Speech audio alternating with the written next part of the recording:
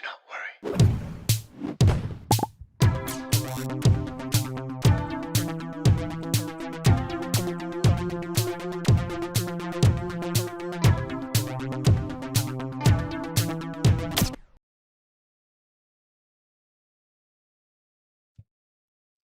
If you want to see me, meet me at the boulevard. O-S-F. Still too early to curse, I think. I need a new guitar. Hello, everyone. Welcome to a brand new Do Not Worry stream. I'm coming to you solo tonight. We got Maki and Nata. They're not where they're supposed to be, but they're right under the table. Nata's walking around. We're gonna be chilling. Tomorrow we have another live stream with Nour and Karine. We had a lot of topics to talk about, so I split them up into two amazing live streams, very eventful. Tomorrow is going to be insane. We're talking about AI actresses taking over Hollywood. We got Jennifer Lawrence supporting Palestine after 2 years. Oh, how brave, Jennifer Lawrence. So we're going to talk about all of that. We got a bunch of Zionist actors signing a letter against the actors that signed the letter, but that's all tomorrow. That's all tomorrow. Tonight, we're talking Zach Lewis, Zach the Sound Lad Lewis from the H3 podcast, playing a pager soundbite and then having the whole podcast trying to gaslight us into thinking that it wasn't like a racist joke that they were making. So we're going to re-examine that whole thing. But before we get to that, there's a few other topics that I'd like to discuss today. We're going to be talking about some fallout from the Her Take, Jillian Michaels versus Anna Kasparian. Jillian Michaels storming off the show. So we're going to just to watch a bit of that fallout. Jillian was on a podcast and she talked about that. We got some social media censorship coming our way from the Trump administration, folks. What of our rights are they stripping away now? We love you, Donald Trump. By the way, President Trump, just like our Lebanese president, President Joseph Aoun, we love all of our presidents. All of our, you know what I'm saying? Whether I live in Lebanon, in the Middle East, or in America, apparently where freedom of speech used to be a thing. I mean, still is a thing. We're going to watch some ICE attack videos, the heroes of ICE. President Trump, of course. The heroes of ICE. We're going to watch them take down some criminals. Charlie Kirk. There's a Charlie Kirk replacement apparently that Twitter is very happy with. We're going to look at that. Erika Kirk, Charlie Kirk's wife, seems to be very happy that he's passed away. She's doing podcasts. She's laughing. She's smiling it up, yucking it up on podcasts. Is that normal widow behavior after a few weeks? And then we're going to get to the H3 stuff. There's a lot more H3 stuff to talk about. Ethan Klein is trying to launder his reputation online. He's talking about Chris Kunzler. Chris Kunzler is responding. There's a lot to talk about, folks. There's a lot to talk about. We're doing two live streams, one tonight, one tomorrow night. So join us tomorrow as well.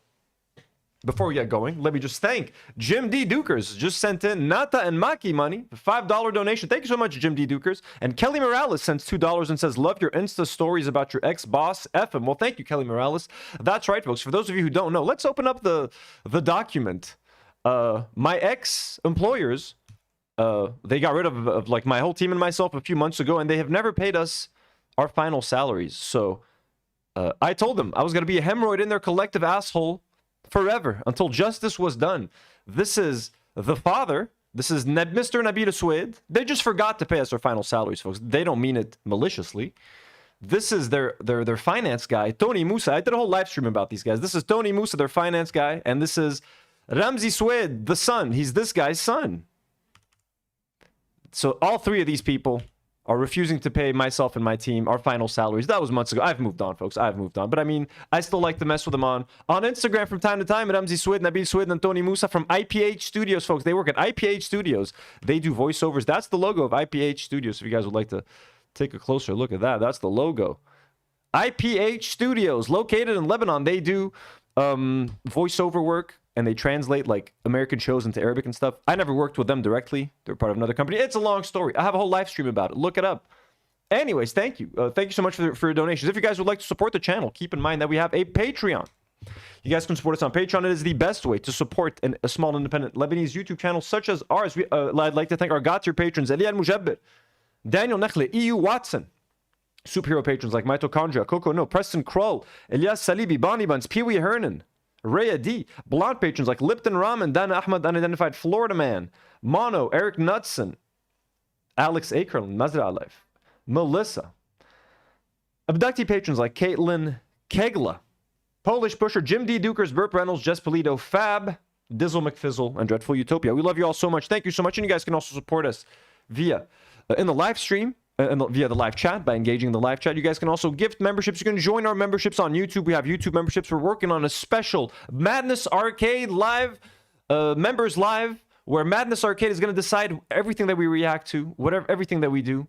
So you guys can join us on YouTube as well. We cannot keep the lights on without you guys, so we thank you very much. But you don't have to do any of that to be supportive, folks. It is more than enough for you guys to simply watch the video, like the video, subscribe to the channel, engage in the live chat, join the Discord, be a part of our community. If you're watching the replay, leave a comment on the video. Thank you so much for joining us.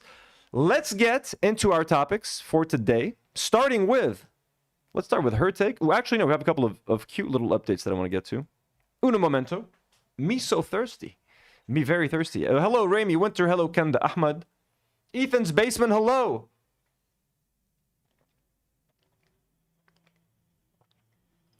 We got a VIP in the house. No time to explain hello.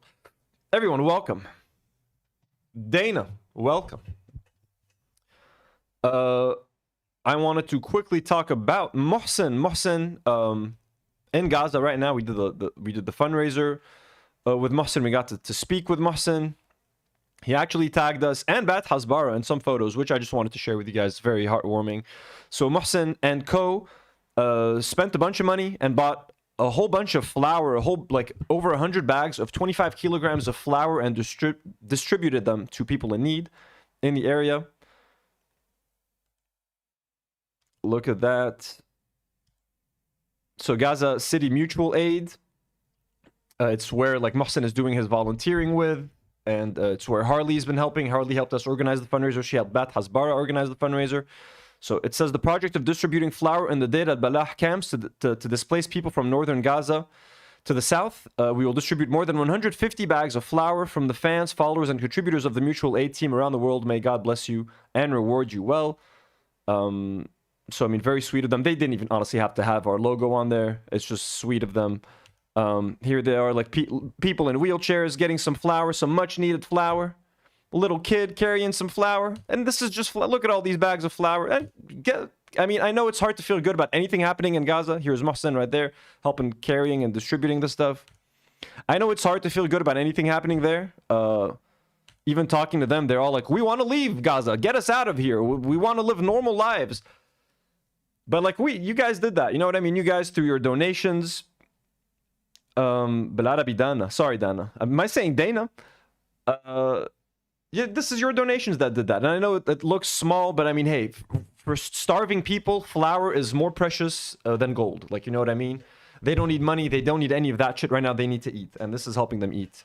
And I mean, through our very minor efforts, we were able to do this. So thank you guys so much to everyone who donated, to anyone who participated in the live stream. This is all thanks to you guys. All the amazing guests that we had. Bat Hasbara, they've done 2 of these fundraisers already. Those guys are fucking badasses. It was also Daniel Mate's birthday over the weekend.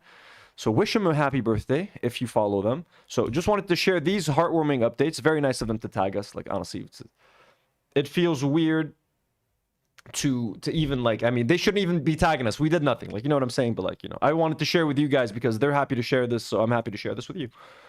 And to show that the work that we do is not for nothing. It feels like it's for nothing. It feels hopeless, but hey, they still gotta fucking eat, so let's fucking help feed them. Another random little update. This was very random. Wait, where are the photos that I saved? Here we go. There is a Lebanese Miss Rachel. How random is that, folks? I was looking through Instagram, and I got a sponsored Miss Rachel post for a kids event where you could hire a fake Miss Rachel. And it said, it was from Vol Playground, Miss Rachel for little kids, Saturday, 27th September at 5 p.m. I was like, wait a second, it's not the real Miss Rachel. Then I look closer at the lady, and I'm like, that's not the real Miss Rachel. People, and I'm sure this is happening all over the world. You have people now playing dress up and pretending to be Miss Rachel, which I found to be very I mean, it's funny. I don't think this is illegal. I don't think anyone should be taking illegal action against the fake Lebanese Miss Rachel. I just found it to be very interesting. Then I was like, how deep does this rabbit hole go? Then I found a Lebanese Blippy. They also have a Blippy. Did you see that Ian isn't starting? Yes, I did see that, Yumi. I saw that. So we also have a Blippy look-alike. Isn't that funny? Look at that. A Lebanese Blippy. Here he is again. That was back in June. I mean, let's see what the real Blippy looks like. I actually don't really know much about Blippy.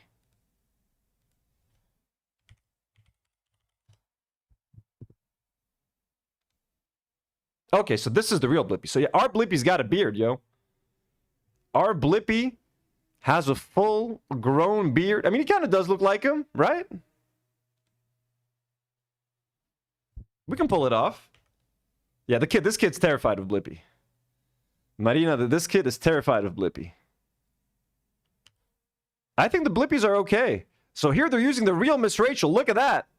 So Toddler's Fiesta. So I thought this was another company. It turns out they're hiring the same Blippy and the same Miss Rachel. So there's not multiple. I was like, are there multiple Miss Rachels? There's one. As far as I know, there's one Miss Rachel. And I reached out to them, folks. I tried to get the Miss Rachel to come onto this podcast. I honestly have no idea what I would have done, what kind of questions to ask, what the content would have been. I just thought, like, hey, wouldn't it be funny to have, like, a Lebanese Miss Rachel and have her be in character the whole time? I think it could have ended up being tasteless. But I did try to reach out, and like the company that she works for refused to give me her information. They're like, hey, listen, she's under contract. Ain't no way that she's coming on no podcast. You know what I'm saying? Like, we're not doing it. No, thank you. I was like, come on, it's just for some fun. But anyways, I got videos, folks. We got some videos. So those are the non-videos. We have the Miss Rachel in motion, folks. Wait. This song is like disturbing. No, mute it. So here's the Lebanese Miss Rachel.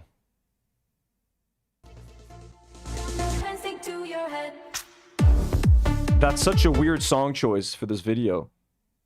Why don't they play a Miss Rachel song in the background?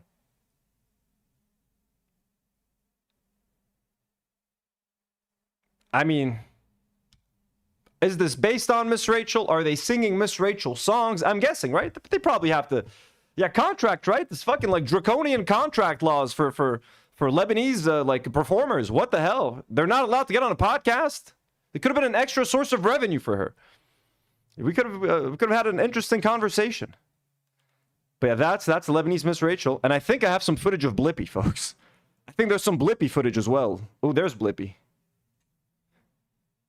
What's the music here?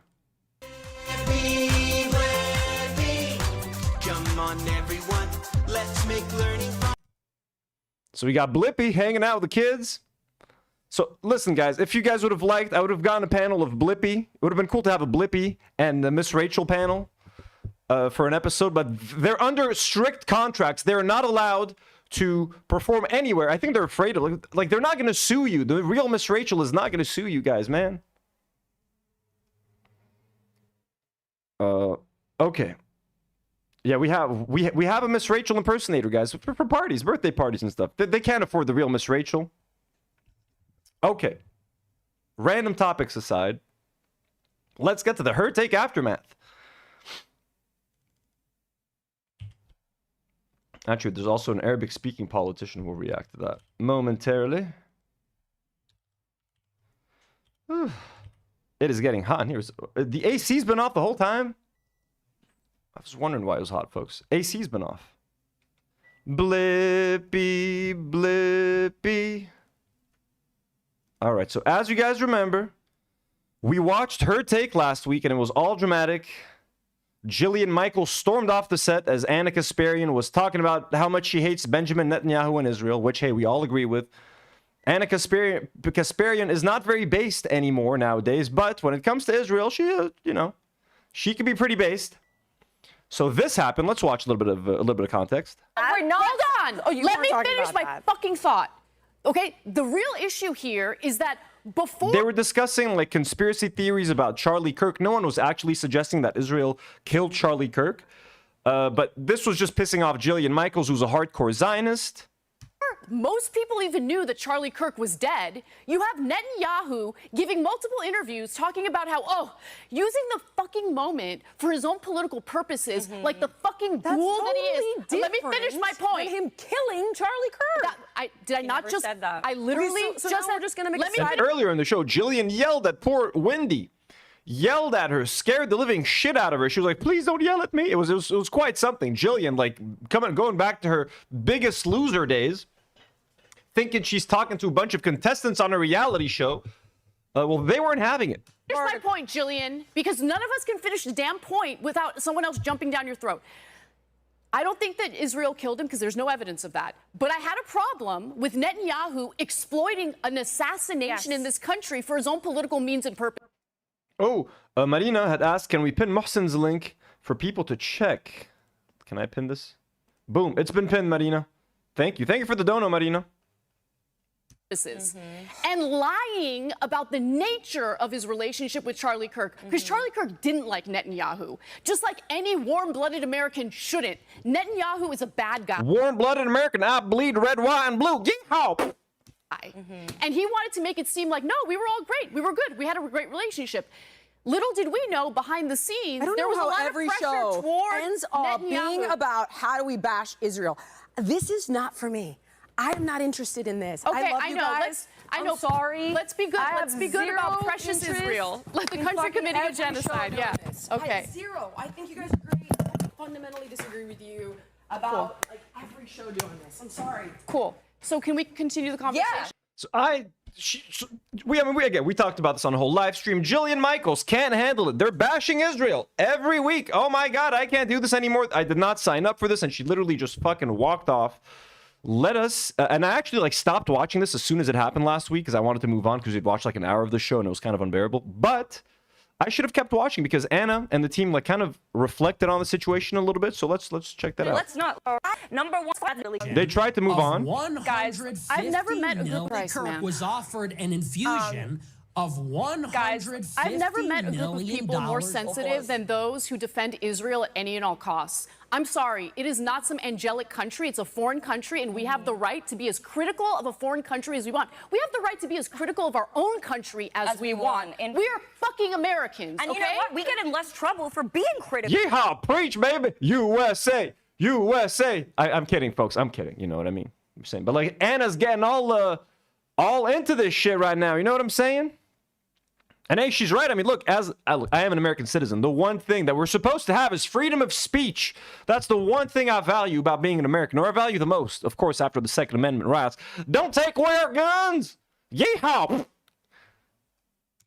Of America 100%. than if we were to be critical of 100%. Israel. And I'm sorry, it is ghoulish. It is ghoulish to take advantage of a political assassination in a foreign country, as Netanyahu did, to spread your disgusting political message that wasn't even right, that wasn't even accurate. Yeah, didn't he imply that it was to do with Islam? He said that it was Islamists that killed Which Charlie at that Kirk. point, there was no information that had come out. There wasn't anything that He would have blamed it on the pointed them. Muslims, and this, by the way, Has nothing to do with Muslims. That's my point. That's not a conspiracy theory. This is actually what he did. It's well Also, documented. he said he had a letter from Charlie, which also turned out to be he misdescribed it, and so Netanyahu is just not a. I'm just like shocked. Yeah, no one here was saying that Israel. I do not think Israel killed him. We have to be able to intellectually explore. Where's the part where Jillian yells at Wendy, man? That part was amazing. Does anyone have the time code where she yells at her? Oh, I think here. Oh my God. You cover this shit, I'm gonna rip you apart. Where is the proof? We're not saying that. Told you. Oh my God. I figured it out literally by looking at the mini thumbnail. You could see Jillian's fucking Incredible Hulk face. That's so fun. Look at her. She's like, please. Look at Wendy. Like, no, please, Jillian, stop. Bro. Oh my God. This is so great. Or Iran There's no proof behind this it. ever happened. So None. Wait, how does that debunk the fact So he that? just read it. and Where's your proof that $150 million was offered from Bibi Netanyahu? No, I'm referring. Where is Wait, the proof? please do not get No, because I didn't want to cover this, and you But please do not get angry at me, and then she's gonna tear her apart. guys insisted. And I Because told that's you, what the you cover this marketplace is shit, talking I'm gonna about. rip you apart. Where is the proof? We're not that saying that Bibi it happened. Netanyahu We're really not offered Charlie saying that it happened. $150 million. Jillian, so I'm gonna rip you limb from limb. we're not. Okay, so what we're conversely, reporting on I is will kill you. I will destroy you. I will make sure your whole family, your whole lineage is gone off the planet Earth.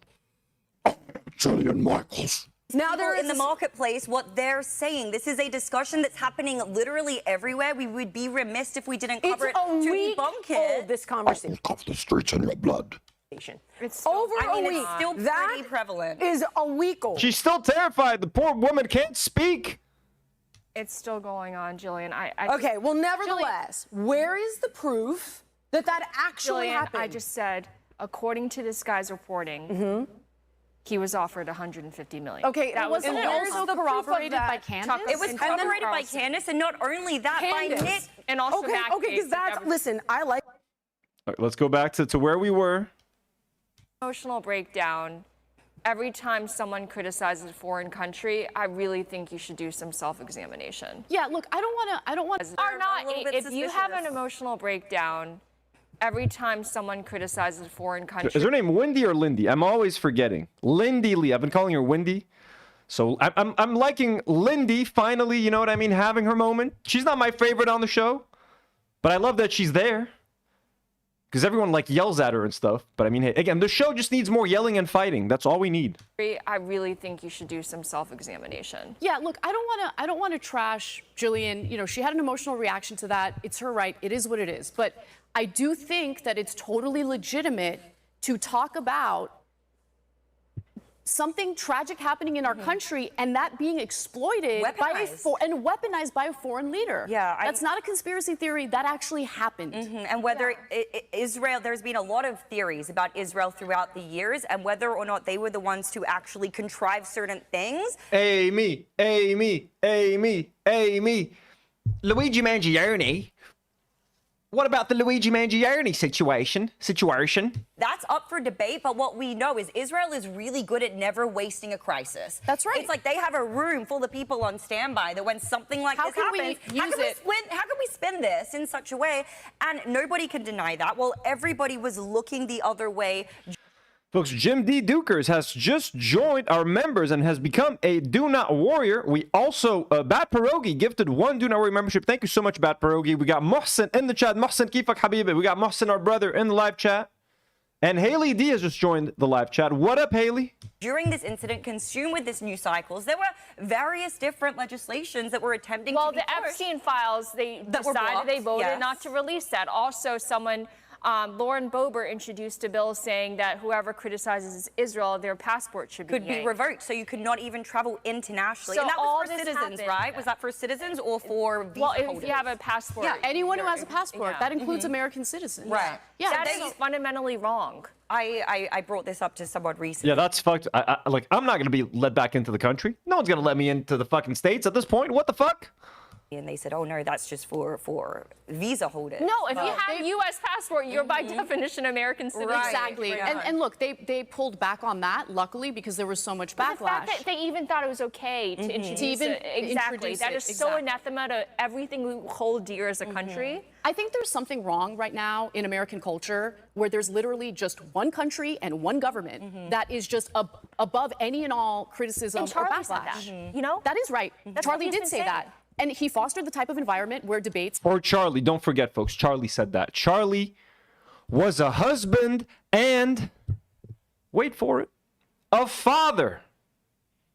A husband and a father. He had both. Double whammy.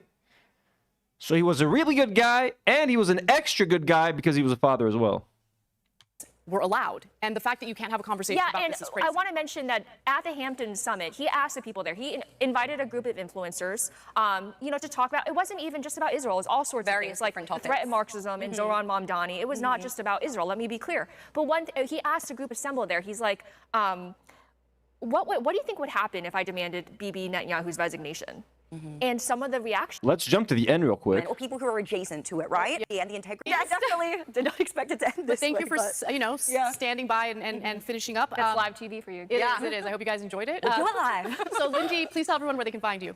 Lindy Lee on X and Manect and everywhere. Thank you so much, guys. You guys can connect me, Amy Dangerfield. You can check out my show, Dangerous Conversations, and I'm Amy Dangerfield on every platform. And I'm Anna Kasparian. I hope you guys love the show. You can find me on Manect, Ask Me Anything, and you can find me on socials at Anna Kasparian and on YouTube. Donors for Turning Point USA didn't like the What does it do? It amplifies. Plays. There's no any other. I just want to see if they said anything else about Jillian. notably conservatives who are very excited about him. Anyways, so let's see what Jillian had to say about this. So Jillian went on like some podcast. Maybe we can try to find it. Maybe she talked about it more and discussed her experience. She explains her decision to quit Her Take podcast after her co-host, blah, blah, blah. Let's watch. You knew I wasn't cool with it. You knew I wasn't comfortable. You misled me about how you were going to represent. The volume is low on this thing. Does anyone know what this podcast is? Let me try to find a better version of this shit. We're not going to watch this low fucking quality shit right here, right now. I ain't doing it. Jillian Michaels podcast. Let's find it. Where was that shit?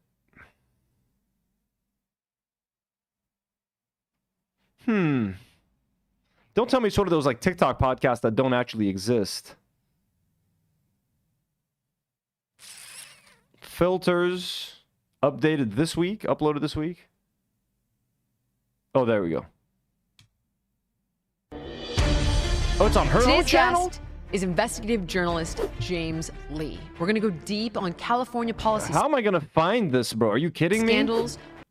Georgia, and he's a Democrat and he's Jewish. Where's the most? Don't they show you where the most? Could someone find me the thing here? Does someone have the time code? Hot damn. And he's very pro-Israel, but one time he voted against So again, do a ceasefire deal. We need to release the hostages. if you associate with the people that dared to say the unthinkable, that which should that That's- James, I would like I mean, that. that's the optimism that drives me to do the stuff that I. What can we do to? I need to find this clip. Sent it, and I'm out. Netanyahu is a bad guy. And he wanted to make it seem like, no, we were all great. We were good. We had Netanyahu. I will Freedom of happily speech discuss that with thing. you. Let's discuss that. So let me be very clear. I'm responsible. Wait, she's not wearing what she's wearing here, is she? I do every day, right? If you're 100% No, she's not nihilistic wearing and it. saying it's all gone.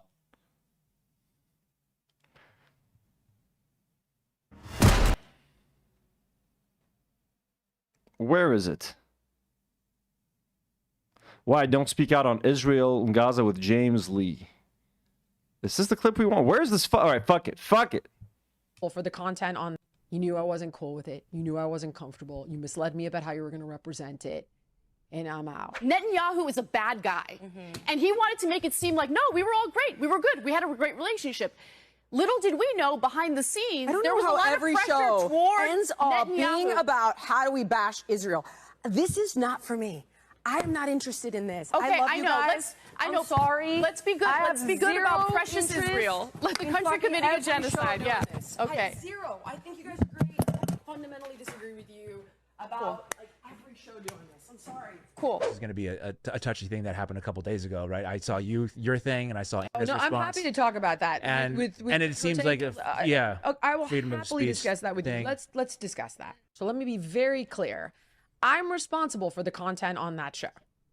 PBD was like, you are responsible. And Hey, Jillian Michaels, we got you here because we love the work you do on, as you know, I'm Armenian, Persian, and Assyrian. I'm Iranian. But I love that Israel attacked Iran, by the way. So, Jillian, we love what you did on, what is it called? The biggest fatso? What is it called? Oh, the biggest loser. The biggest loser. We love what you do on there, Jillian. And as you know, here at PBD, we're all about valuetainment. The valuetainment that you get by watching one of our podcasts where we bring on people like Aiden Ross, Nick Fuentes, or Benjamin Netanyahu. So, Jillian, you're going to control the show. You control these ladies. Here at Valuetainment, we're all about men doing things. Men, manly men, alphas. We're all alphas. I surround myself with alphas. But I'm such an alpha, Jillian, that these other alphas are like betas around me. They become betas. I'm such an alpha, Jillian. So I want you to alpha these other women, Jillian. Okay, it's the first time I'm going to trust a woman to run a show on Valuetainment because women have smaller brains. That's what I think as PBD. So now, Jillian, control Anna. You make sure the topics are what they're supposed to be. And if any of them get out of line, you rip them apart and you threaten to rip them apart live on TV. You understand, Jillian? And so at this point, I was saying, guys, this has been covered a week ago. This is the first day of Rosh Hashanah. We're going to look like assholes doing this literally the day after they buried the man, there are plenty of things to focus on. You know, the gun being disassembled, like what's weird about the text messages, this guy who was apparently at 9/11. Right. You want to focus on that. And they insisted on doing it. All of them insisted on doing it. And then when Lindy and Amy tried to make the case for it, I was appropriately stunned because I had Appropriately stunned. I was appropriately stunned. I had every right to be stunned by what they were saying. completely contradictory conversations. And as mentioned, when Anna came out, because I said, I do not want another show that just bashes Israel. This is not the time. And she's like, no. There's no evidence for this. Jillian Michaels, it's always the time to bash Israel. What do you not understand? It is always the time to criticize Israel. There's a genocide fucking going on right fucking now. When's the right time to criticize Israel? Please enlighten me, you Zionist. Absolutely. You say that. I was like, I think this endangers Jewish people. I think this is irresponsible. By all means, Jill, say that. Can you separate out, do you think you can separate out Israel from Jewish culture, For me, religion? personally, of course. I actually think... Of course. Oh my God, of course. The fucking liar, bro. She keeps fucking conflating the two. A healthy criticism of Netanyahu Yeah. and his party, that is Totally different. justified Yeah. and different. What did you say about criticism? Healthy. Healthy criticism. Healthy criticism. When someone is committing a genocide, oh, there's room for some healthy criticism. No, there's no fucking room for healthy criticism. There's room for fucking extreme condemnation and fucking anger and rage. That's what happens when a genocide happens. Oh, there's room, of course. Benjamin Netanyahu, healthy criticism. What the fuck are we talking about here? Show some fucking anger. Show some fucking humanity, man. Fucking shit. Of Netanyahu. Yeah. And his party, that is They're not the only problem. It's not just Netanyahu and his party. Totally different. justified Yeah. and different. I also think a healthy criticism of October 7th and, you know, The stuff that Charlie was talking all about. of the right? things that, is, but where is the balance? I think Anna, Where's the balance? You have to admit that you have to love both equally. There's no need for balance. There's no need for fucking balance when you're talking about a genocide. There's a victim and there's a perpetrator. There's a criminal and there's the person who the crime, the victim. The crime was committed upon or is being committed upon every day. Land is being stolen, people are being killed, children are being butchered, women are being butchered, hospitals are being destroyed, schools are being destroyed, everything is being destroyed. It is a parking lot. People want to leave. They're building condos. Fuck you, Jillian Michaels. There's no balance. That's what you need to understand, you liberal Zionist. You liberal Zionist. The fact that you're gay doesn't mean shit. It doesn't mean you're a good person. If you believe in gay rights, it doesn't mean that that's it. It doesn't end there.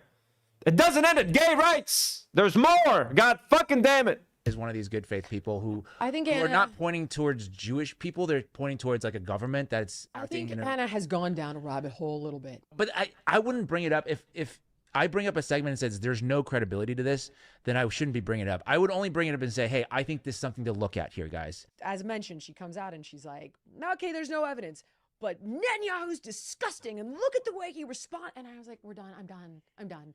Do you feel Good thing you're done. Get the fuck out of there, man. like you could work with these people again? But the show's not done, right? I don't actually know. To be dead honest with you, I won't be participating. So we don't know what's up with her take. Honestly, Jillian Michaels added nothing to the show. She's a fucking idiot. She knew nothing about any of the topics.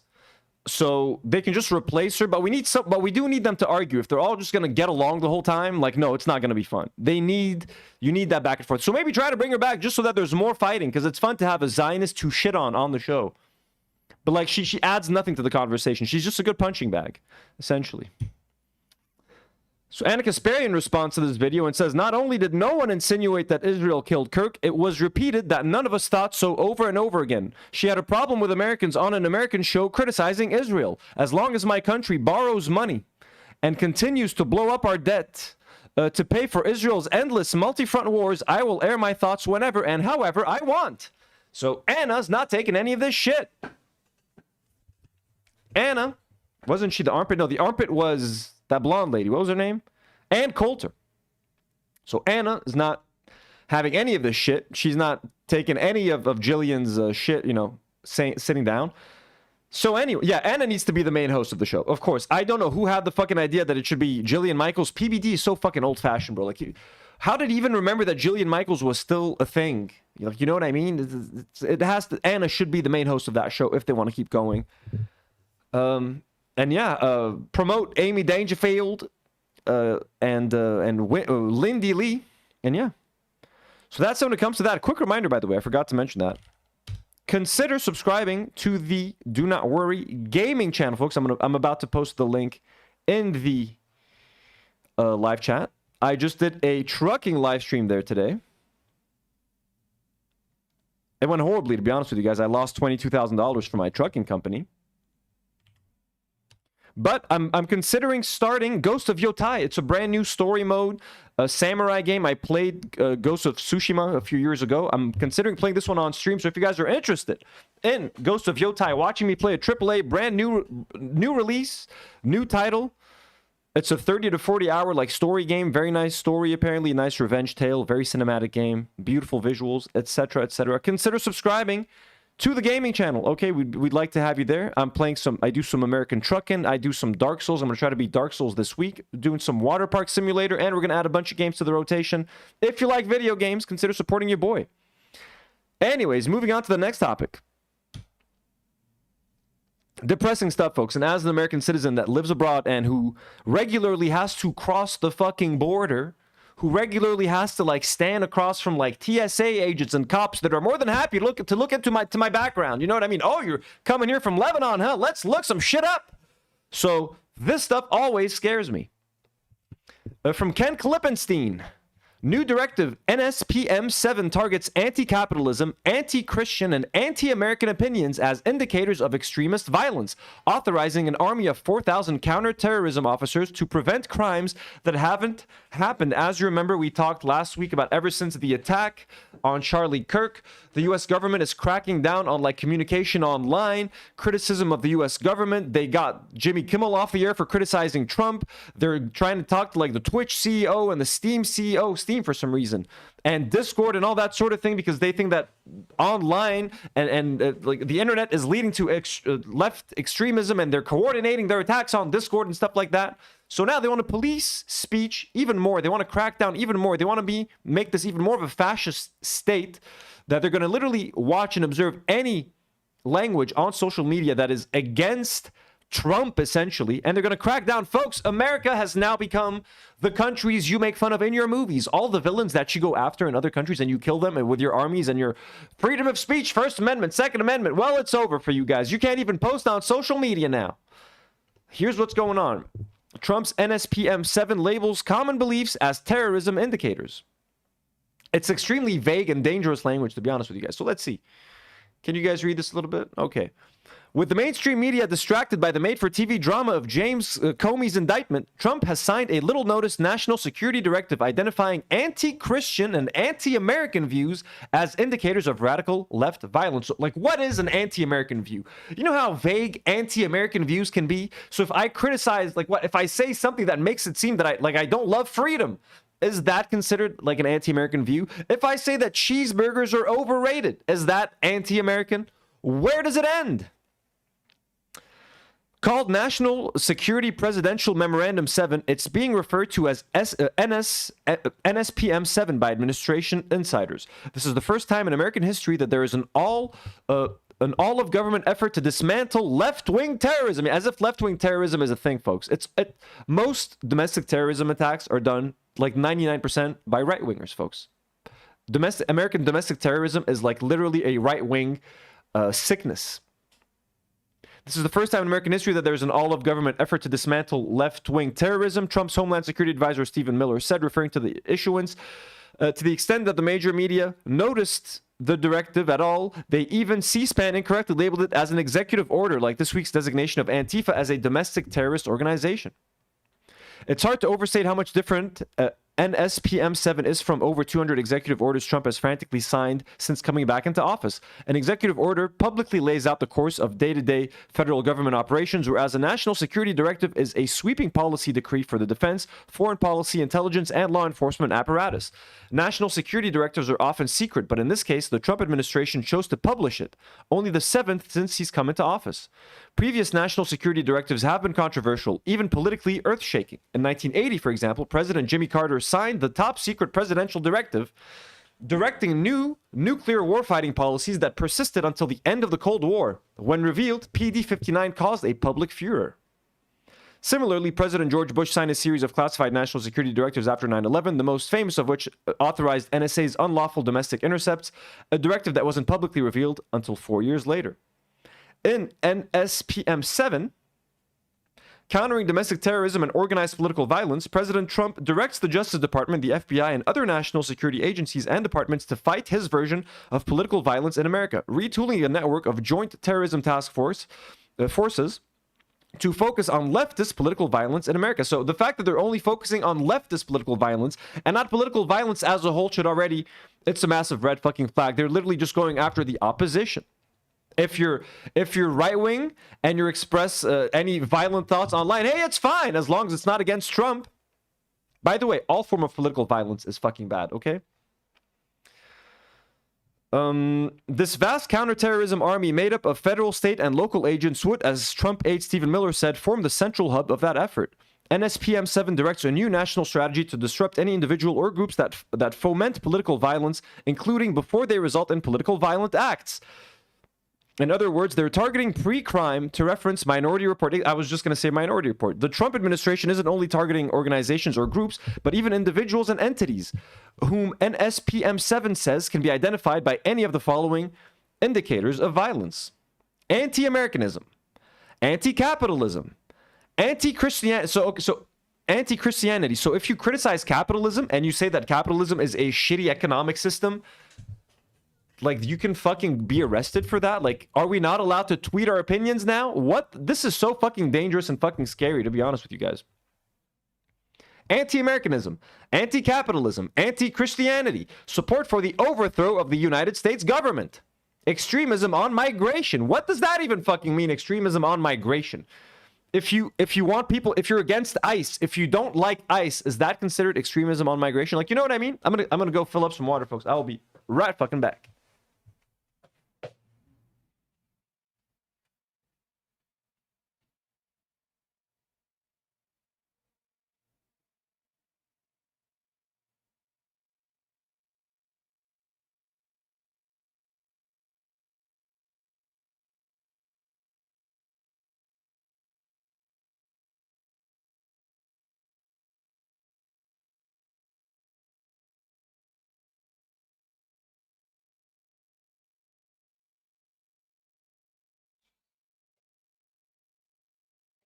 All right. It was going to take too long to fill up my other bottle, so I just grabbed my sports bottle. So, anti-Christianity, support for the overthrow of the United States government.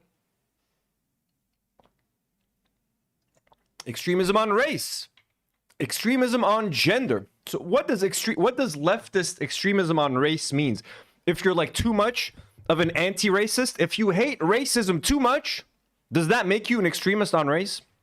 I don't understand it. If you defend the rights of minorities too much, does that make me an extremist on race?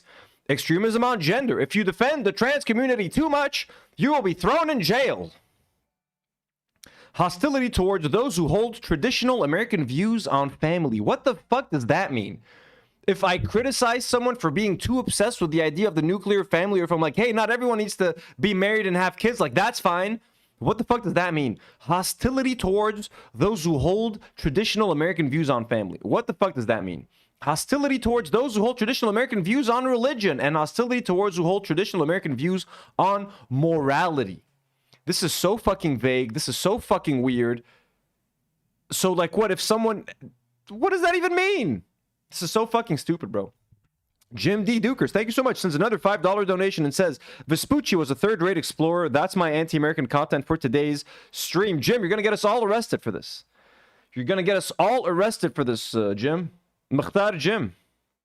So the United States requires a national strategy to investigate and disrupt networks, entities, and organizations that foment political violence so that law enforcement can intervene in criminal conspiracies before they result in violent political acts. A pre-crime endeavor, preventing attacks before they happen, is core to the post-9/11 concept of counterterrorism itself. No longer satisfied to investigate acts of terrorism after the fact to bring terrorists to justice, the Bush administration adopted preemption overseas that led to aerial assassination by drones and special operations kill missions. Domestically, it led to a counterterrorism campaign whose hallmark was excessive and illegal government surveillance and the use of undercover agents and confidential human sources to trap and entrap would-be terrorists. Now, with Donald Trump's directive retooling the counter-terror apparatus to go after Americans at home, this means monitoring political activity or speech as an investigative method to discover radicalism. Contrary to other national security documents, all during the post-Watergate era, NSPM 7 doesn't even mention the First Amendment or the fundamental right of Americans to organize and protest. The focus on speech is evident throughout NSPM 7. The directive says that political violence is the result of organized campaigns that often begin to give blah, blah, blah. To give a sense of how broad this formulation is, Trump's earlier designation of Antifa as a domestic terrorist group was accompanied by a White House fact sheet singling out people who celebrated Luigi Mangione, the alleged killer of United Healthcare CEO Brian Thompson, last December. So, I mean, yeah, guys, this is crazy. They're coming after all of you guys. Like, of course, they're going to go after streamers first and famous people like Hasan, shit like that. Maybe at some point they'll go after minor content creators like myself, little blips on the radar. And then, just everybody, man. You're crossing the border in from Canada? Hey, sir, let's check your social media. The problem is, the list of things you're not allowed to criticize keeps growing. If you've criticized Charlie Kirk, you're fucked. If you criticize Israel, you're fucked. If you criticize Trump, you're fucked. If you criticize American values, you're fucked. If you criticize ICE, you're fucked. If you're too much of an anti-racist, you're fucked. You can't say shit anymore. We can't say shit. What does this mean for YouTube, man? Like, do you see where all of these companies, like all the social media, where all of this censorship is going? What's going to happen to YouTube in 4 months, 6 months, a year? The IDF just invested like $50 million into Google to add Google ads on like a Google ad spend to deny the existence of a famine in Gaza and a genocide. Is Google going to decide to like fucking demonetize every channel that criticizes Israel? Is that where we're headed? Tomorrow, on tomorrow's stream, we're talking about like Israel investing even more money into influencers and stuff like that and propaganda. We're going to get into all of that. But I mean, this is pretty fucked up. So it ain't looking good, folks. And to me, again, as someone who travels to the States once or twice a year, who has to go through fucking TSA and security, I'm already coming from Lebanon, so it's already like, to them, it's like sketchy. You know what I'm saying? Like, you live in Lebanon. Why? Like, I regularly have been stopped for questioning, etc. And in a Trump administration with shit like this happening, it's just extra kind of stressful. You know what I'm saying? I don't like it. Anyways. Redhead Gasoline says, I have to move to the United States next month and I'm scared to cross the border. Honestly, man, like, it sucks, dude. America just seems really shit right now. Like, it seems like the last place anyone wants to be. I'm not excited to be there at all. I don't even want to travel. Again, unless my family was there, I have no reason to be there. No reason to go. Everything about it seems like fucking horrible right now. And just me saying that, does that make me un-American? Like, you know what I'm saying? You can't even criticize shit right now, man. What the fuck kind of dictatorship fucking asshole shit is this, man? Is this what you wanted? The fucking Republicans? Fucking idiots, man. Idiots. Idiots. Everyone fucking sucks. And Democrats running fucking Kamala Harris. Like, what did you think was gonna fucking happen? And letting a fucking genocide happen? And letting TikTok be bought out by fucking Fox? You fucking idiots, the Democrats, man. Anyways, let's watch ICE beat the fuck out of old Americans. Crazy shit, folks. ICE are relentlessly going after citizens and non-citizens alike. They don't give a shit anymore. Hey, you look brown? Come on over here, man. Excuse me. 79-year-old American business owner slammed to the ground by ICE, suffered broken ribs and head trauma as he tried to show them his workers' paperwork. They don't even care. A 79-year-old, folks. Trigger warning, this is violent. This man is 79 years old. He was pushed to the ground by a bunch of fucking thugs, man.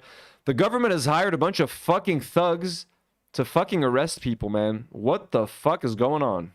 Trigger warning. A 79-year-old business owner says he was body slammed and pinned to the ground by federal agents. Says he was 79-year-old business owner says he was body slammed. Why the fuck do you need to do that, you piece of shit? Feel like a big man, feel like a big strong man, shoving an old man to the ground? You fuckers, man. And they're giving these people a $50,000 sign-up bonus? Are you fucking kidding me? And they're hiding their fucking faces? You fucking animalistic fucking thugs, man. And pinned to the ground by federal agents during an immigration raid despite being a U.S. citizen. We're hearing more from him tonight as he files a $50 million lawsuit against the Department of Homeland Security. Fuck yes. Fuck yes. 50 million. Dude, fuck him for more. Sue him for more. Fucking double it. Fucking sue the living shit out of the government. Get whatever fucking penny you can. I'm not a litigious person. I fucking hate lawsuits. But after what they fucking did to him, you fucking go after those fuckers for every penny they're worth. And not just the like, those fucking guys. Those guys that fucking pushed you. Ruin them. Take them for anything they're fucking worth, man. Pull an Ethan Klein on those fuckers. Fox 11's Laura Diaz now with the details. Laura, a 79-year-old business owner says he was body slammed. So what happened to him again? Suffers broken ribs and head trauma as he tried to show them his workers' paperwork. Pinned to the ground by federal agents during an immigration. Laura Diaz now with the details. Laura? Surveillance video shows agents first approaching the elderly man inside of his business 2 weeks ago. He says he attempted to ask them what they needed and pleaded with them to allow his What the fuck? They pushed him twice? Workers to retrieve their papers proving they had a right to work in the U.S. Instead, he was thrown to the ground. So you were pushed 2 times, one in the hallway, one in the hallway, and one outside. Undeterred, he followed the agents outside, where he says the encounter escalated, even though he was respectful. Rafi was now terrified, outnumbered, and Oh my God, man. Muscled.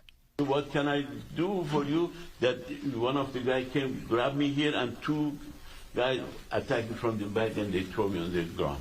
At a news conference Thursday called by Shoehead's attorney announcing a $50 million civil rights claim, Rafi said that he suffered multiple broken ribs, damage to his brain from being slammed headfirst into the ground.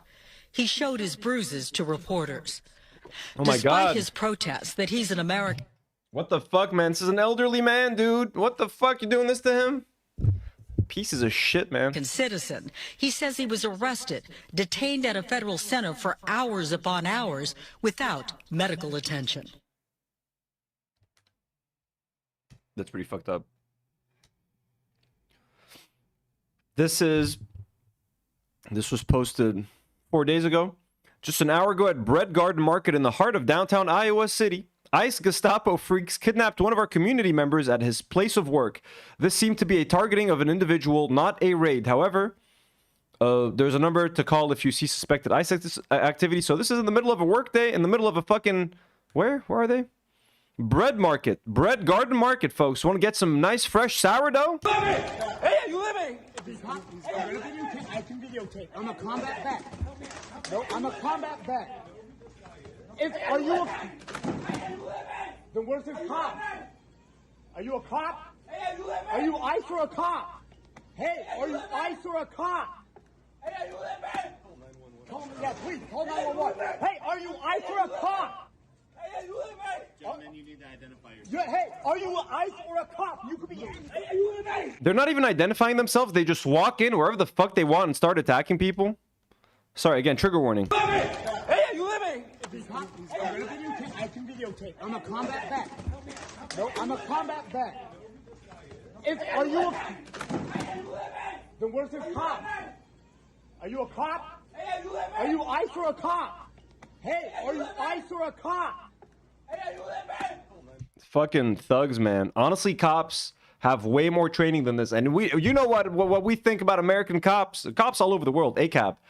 But like this is even like this is ya mahla al-police, yani please call a cop, like please, it would be a relief to have an officer come here and like, you know what I'm saying, like compared to these fucking donkeys. Madness Arcade sends a $5 dono. It says, in gaming news, gamer Ludwig raised $250K for PCRF. Also, you're still going to consider getting a used Switch 1. Also, we're going to get Life is Strange Saturdays. No, Life is Strange Saturdays.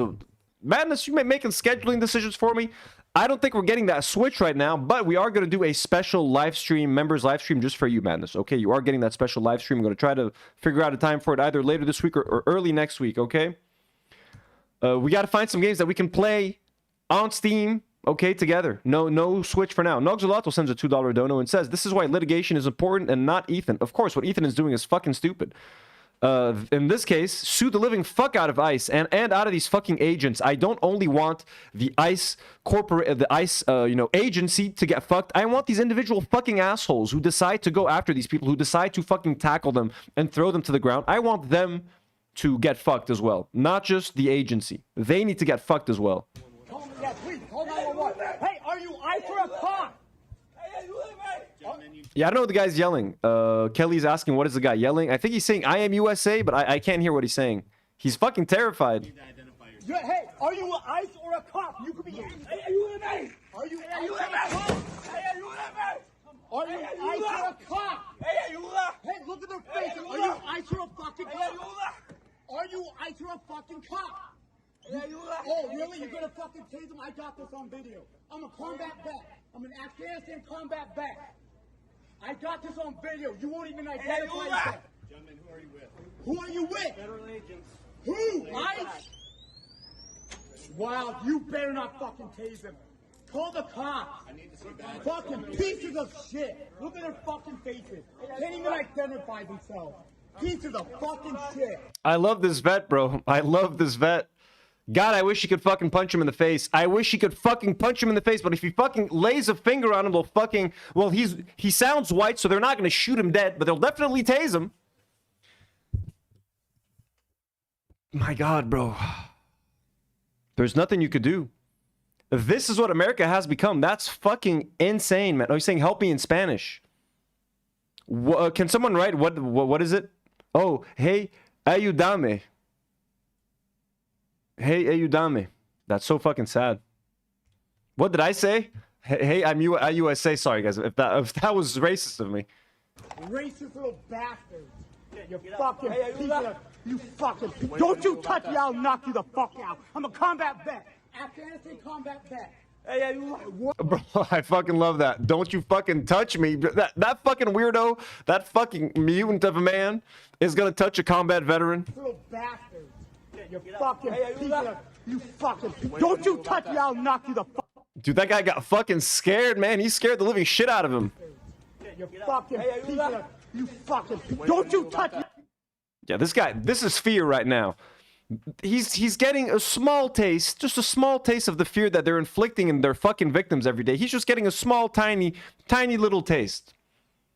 I'll knock you the fuck out. I'm a combat vet. Afghanistan combat vet. Hey, what a fucking... We're following you, you fucking pieces of shit. Fucking pieces of shit. Look at these motherfuckers, racist little pieces of shit. Call the... Ayuda, okay. It's fucking crazy, man.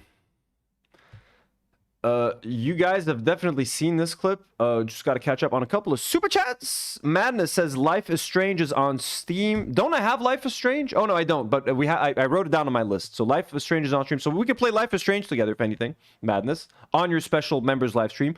Jonas sends 50 knock and says, yo, Anthony, Jonas from Norway here. Discovered your pod around August 2024 and found it hilarious. I wish you do one Lebanese-centric episode a month. We should try that, shouldn't we? Jonas, thank you so much from the dono. Crazy that you're watching all the way from Norway. That's so fucking interesting. 2024. Thank you so much for watching and for being with us. We will try to increase. We're trying to pepper in Lebanese topics from now, every now and then, like we talked about the Lebanese, Blippy, and Lebanese Miss Rachel, but I know it's not enough. So we will try. I do really want to do like a quick Lebanese TikTok update and just dive back in on what's been happening on TikTok, because I've been so out of the loop and what's been happening in, like, with Lebanese content creators. So we'd love to do that. Thank you so much for watching and being with us for so long. Madness, and we will definitely take that into consideration, Jonas. I'm always telling the crew that we want to do more Lebanese-centric episodes. Nour and Karine are not that into it anymore. Nadim, though, would love that. Madness says, Ayudame is Spanish. It basically means help me urgently. Thank you, Madness. And Dreadful Utopia sends €2 and says, back from college, what I miss. Ahla sahla. Hope you had a nice, productive day at college. We're watching some ICE videos arresting people. It's kind of fun. This one, again, trigger warning. This one's very violent. And look at the framing of this. Look at this. Elad Elihu, White House correspondent. I think this guy is an extreme Zionist. He says, the hysterical wife of the detained alien follows around and confronts the ICE agent who repeatedly tells her adios and then two-hand pushes and shoves the woman to the ground in front of her children. Court security is brought in to remove the woman. So, I mean, the way he's framing it, the hysterical wife. I mean, they're fucking arrested her husband. She has no idea where he's fucking going. They might send him to like a fucking concentration camp. Of course she's gonna be hysterical or angry or emotional, you fucking piece of shit. Anyways.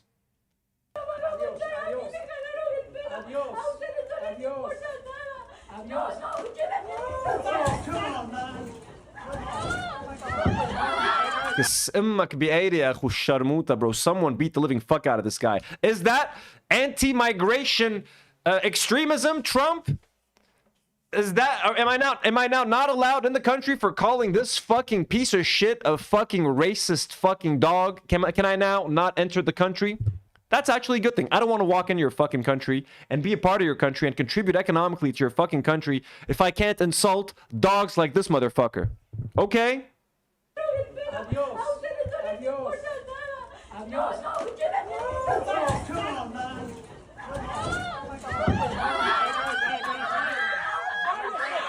Lady, sue him for everything he's fucking worth. Sue this motherfucker for everything he's fucking worth. Sue the bro, bring the US government to the fucking ground on its knees with fucking lawsuits. Let's fucking do that. Sue it into oblivion. Look at her kids, man. These are her fucking kids. Look at her daughter, man. And the little son right here, dude. He's doing that in front of the fucking kids. In front of the fucking kids, man. What an evil motherfucker. This is evil right there, man.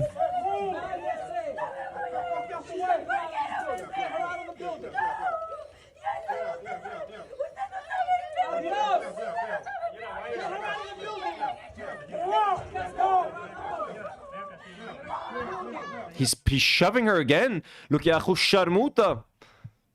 What a motherfucker, man. This is really getting me fucking angry, dude. What a piece of shit.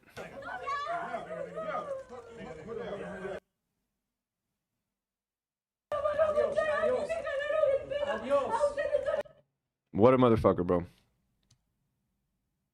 This is another angle of the shove. Pull her away. Pull her away. He's pulling her hair. Oh, I just fucking saw that. He's pulling her fucking hair. Bro, what a dog. And dogs obviously are amazing angels. This man is nothing like a dog. I just don't know what else to call him. All animals are sweet. Donkeys are kind of, I mean, they're not even dumb. Like, donkeys are considered, like, when someone calls someone a donkey, that means it's stupid. But I can't even know what the fuck to say, man. Animals would never do this. Suerte. Suerte, señora.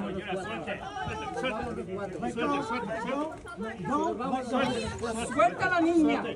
Suelta la niña. They're even holding the kids. What the fuck is that? Suelta la niña. Look at how they're handling the children. Oh my, bro, sue them for everything they're worth. Fucking sue them. Sue them, sue them, sue them. I cannot believe what is happening in America right now. I cannot believe what is happening to America right now. Is this it? Is this the country you preach us of? Are these the human rights you preach us of? You preach of all day, Americans? This? Choking children, shoving women to the ground, shoving 79-year-old men to the ground, supplying terrorist countries with weapons. Is that what America is? Is that what America has become? Such a shame. What a shame. Madness Arcade sends a $5 and says, PCRF made Miss Rachel a spokesperson. Also wouldn't want it to be a member stream. Let everyone experience it. I don't want special treatment. Madness, we want it to be special treatment for you. But if you want it to be open to the public, I just wanted it to make it exclusive for you. You get to control it, and then we don't have to worry about getting like copyrighted and stuff because it's just like a member stream. CH sends $2 and says, "Is this American freedom everyone preaches about?" Yes, it is, CH. That's what they went to spread across Iraq and the Middle East. Taste of America. Yeehaw.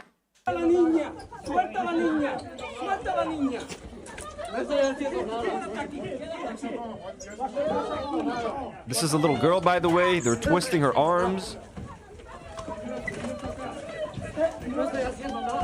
They're even shoving like that random white lady over there. They're shoving photographers.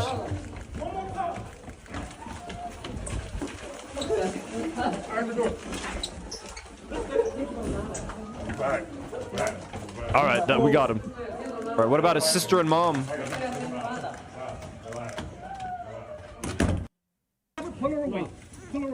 I can't believe he's pulling her hair, man. That is blowing. Like, obviously he shoved her and it was way more dangerous. Okay, this is the other angle of the shove. Oh, you could hear her head banging on the floor, man. That is a fucking concussion, dude. You can hear it.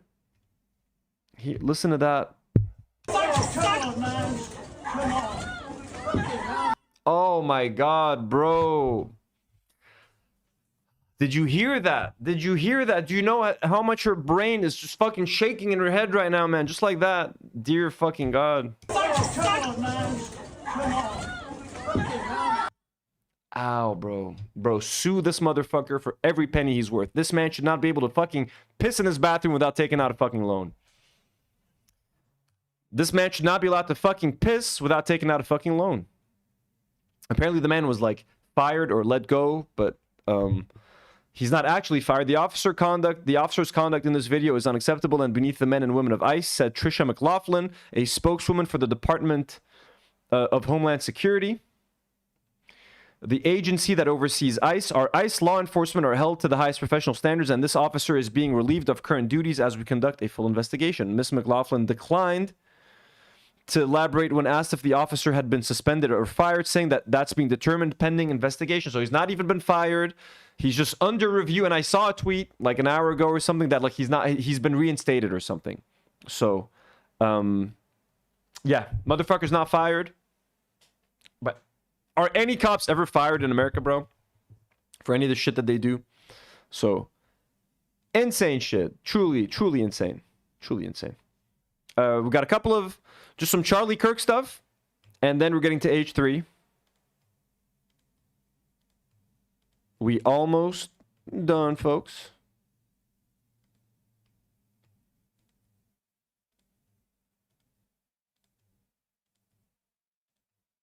Just opening up some links.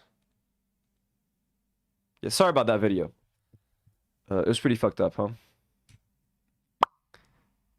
So this kid is now being shoved down our throats as the new Charlie Kirk. Who is this kid? His name is Brylan Hollyhand. Brylan Hollyhand? Brylan? How the fuck do you say that name, Brylan? University of Arkansas, we are on the way now to kick off my 10-stop campus tour. We've already sold 2 different rooms, so we are on the way to the biggest room possible to fit as many students as we can. See y'all on the ground soon. Okay, by the way, like white Republicans and like frat bros are dress so fucking dorky. What is up with these fucking like dressed like khaki pants, even if they're not colored khakis, but like khaki style pants, you know, chinos and those stupid shirts or polo shirts, your stupid loafers, your stupid hair. What is it with this fucking frat bro look that needs to be burned to the ground? What is it? Okay? Anyways, let's oh my God, man. American youth, American males are fucking cooked. What's up, America? Brylan Hollyhand here, about 30,000. Oh, Brylan? Or how do you say it? What's up, America? Brylan Hollyhand here, about 30,000 feet up. We are on the way to Arkansas. So everybody in line at the University of Arkansas to kick off my 10-stop campus tour. We are coming to you right here, right now. Stay in line. We have gotten a third. Aren't you guys excited? This young man who's just like you, who's flying on a private jet. He's on a private jet. He has the same problems you do. This man who's flying on a private jet is about to tell you why you shouldn't have free healthcare. Why that's gay, essentially. And why being gay means you love the devil. What's up, America? Brylan Hollyhand here, about 30,000 feet up. We are on the way to Arkansas. So everybody in line at the University of Arkansas to kick off my 10-stop campus tour. We are coming to you right here. He looks like the oldest of like a family that has like 12 children. You know what I mean? They have like 12 kids. We're trying to breed them. We're trying to replace all the whites that have been removed from America. For every brown Mexican that comes into our country, we're going to give birth to another whitey to make sure that we are now replaced. So he looks like, you know, part of that family. They all wear matching outfits and they stand in line from shortest to tallest, kind of like The Sound of Music. You know what I mean? And they make them sing that goodbye song after dinner. Oh, Brylan, sing the farewell song to our guests. So long, farewell. I need to say goodbye. Adieu, adieu to you and you and you. All right. Anyways, Kelly Morales sends $2 and says, what a loser, Kelly. I could not agree more. Manus Arcade sends another $5 and says, also, you're wrong. Dogs are absolutely capable of it if they're trained. To how many people have dogs trained by the IDF have murdered, poorly trained. Oh, I know dogs can kill people, Manus. I know. But like, they don't mean to. If they kill, it's because they were trained to kill. Dogs are sweet, sweet creatures. But he ain't gay. I mean, look, everyone on Twitter is saying this guy's gay, but I don't know. Hey, he could be gay. Would be hilariously ironic if he were gay. I hope he's gay, honestly. Right now, stay in line. We have gotten a third room because we have sold out this campus stop 3 times. But we are coming to you. We will fit you in. Students will get priority, but we will make it happen. I cannot. Bro, no one's fighting to get into your hall room. Whatever the fuck. We'll get you in. No one cares that you're going to their campus to debate. No one gives a shit. Be more excited. We are back. We are on the road. We're coming to you one conversation at a time. If you're not at the and like all these fuckers, like Charlie Kirk's corpse is still kind of warm. Yet all these people are rushing to be the next Charlie Kirk. Like, it's mine. I'm gonna be the next Charlie Kirk. I'm headed to campus right now. I'm gonna debate 20,000 people. There's only one gender. Prove me wrong. You know what I mean? Like they're gonna try to get even more extreme. Like, how can I be even more right wing? What are women? There's only men and more effeminate men called women. There's only one gender, I swear. Prove me wrong. We've sold out this campus stop 3 times, but we are coming to you. We will fit you in. Students will get priority, but we will make it happen. I cannot be more excited. We will fit you in, folks. Don't forget, no student left behind. I know y'all are beating each other up at the entrances to my university talks. But this time, I promise you, no student will be left behind. You want to come in and watch Brylan Holy Hand? It sounds like he's got like a holy hand, like for like jerking people off. I'm sorry, man. That's what you sound like. Those hands do like magic in another way. Brylan, what are you, jerking some dudes off? We are back. We are on the road. We're coming to you one conversation at a time. If you're not at the University of Arkansas, we're coming to a campus near you soon. So check out my tour dates. We'll see you super soon. What's up, America? Check out my tour dates. What the fuck? How old are you, man? So Clinton Russell says, this kid was created in Langley. It's like they took Charlie Kirk, made him gay, removed any sense of intellectual curiosity or sincerity, and preloaded him with 100 times more psychotically pro-Israel talking points. No one is buying this. Now, they're all using gay as an insult, so I'm sorry. A lot of the people hating on him are like fucking assholes as well. So, but anyways. Let's see. I'm just using this for the clip, not for the content of the tweet. What we're seeing going on right now across college campuses all over the country, specifically Yale and Columbia, they're getting shut down and overrun by these. What we're seeing going on right now across college campuses all over the country, specifically Yale and Columbia, they're getting shut down and overrun by these anti-Jew protesters, these pro-Gaza protesters, these terrorist sympathizers. That's what they are. Let's call it out for what it is. It's disgusting. It's vile. It's inhumane. Listen, the Democrat Party. Director Ripa says his problem is not accepting his gayness. If he just accepts it and if he just embraces who he really is, he can be a very successful right-wing commentator. The question is, would his public accept it? Would his fans turn their backs on him if they found out that he were gay? The answer to that is yes, absolutely. In a moment, they'll actually might even try to lynch him. Party is being radio silent on this. Why? Because these are their own supporters. And in the case of Ilhan Omar, her actual daughter out there standing in the picket line and protesting us. It's disgusting. And they should be calling it out. It's pretty easy to come on and say, hey, we're pro-Israel. We're pro-Jewish. people, we're pro-America. It's that simple. But instead, the Democrats are supporting this anti-Israel message being spouted by their supporters out there in Columbia and Yale. And they're supporting this Death to America chant by letting this continue on. Which I got into the chat rabbit hole. Come on and say, hey, we're pro-Israel. We're pro-Jewish people. We're pro-sympathizers. That's what they are. Let's call it out for what it is. Terrorist protesters. These pro-Gaza protesters. These terrorist sympathizers. That's what they are. Let's call it out for what it is. It's disgusting. It's vile. It's yeah. Annie's asking, why is he rocking back and forth? That's a good question. He's humane. like, listen, the Democrat Party is being radio silent on this. Why? Because these are their own supporters. And in the case of Ilhan Omar, her actual daughter out there standing in the picket line and he's not stopping. He keeps moving. He's like he's on a boat. Are you on a boat? You're giving me motion sickness, man. Testing us. It's disgusting. And they should be calling it out. It's pretty easy to come on and say, hey, we're pro-Israel. We're pro-Jewish people. We're pro-America. That's the hardest thing you could fucking say. Hey, folks, I'm not going to say because I'm going to get clipped. No, it is not the easiest thing to be like, hey, I'm pro-Israel. I'm pro-Jew. Like, I'm pro-Jewish people. Of course, I'm pro-Jewish people. I fucking hate Israel. Those two things can exist. Brylan Hollyhand.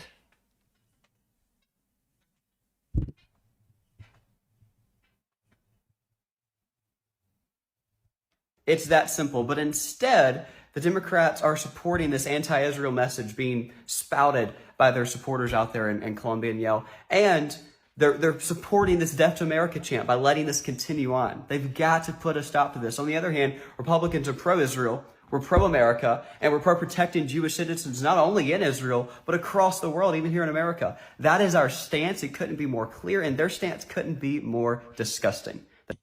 He's not Mormon? Madness sends a $5 and says, pull up a photo of the Persona 5 victory screen. That's Charlie Kirk. Persona 5 victory? What? Haley D says, young Lindsey Graham. That makes sense. $2. Thank you, Haley. He does look like a young Lindsey Graham. Okay, let me try to find them. Pull up a photo of Persona 5 victory screen. Let's look that up. Oh, wait. Not on this page. Persona 5 victory speech.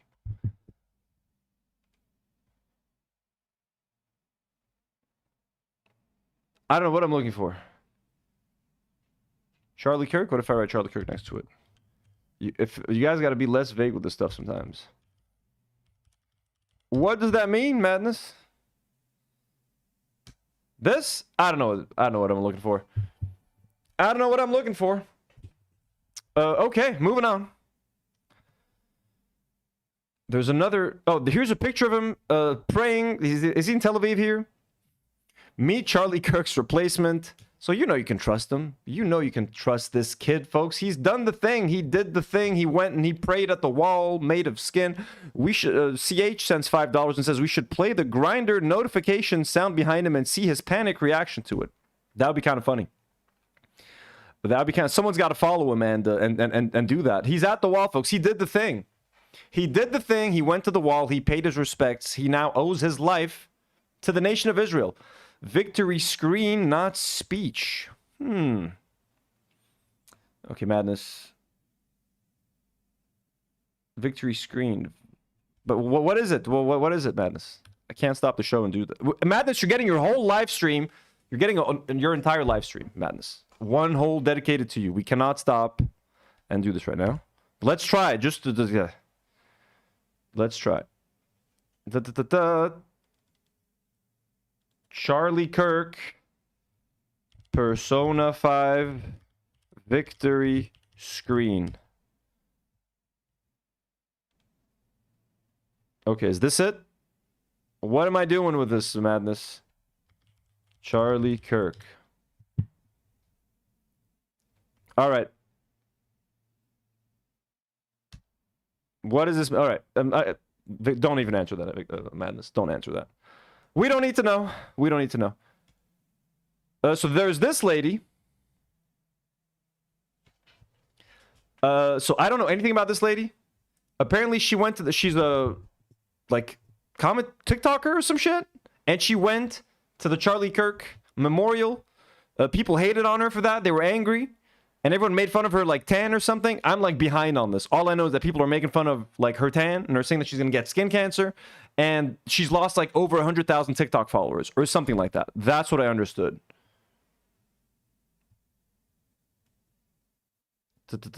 So what did she talk? So here they say popular TikToker Hannah Brown releases a new video addressing backlash after losing more than 100,000 followers following her appearance at Charlie Kirk's memorial.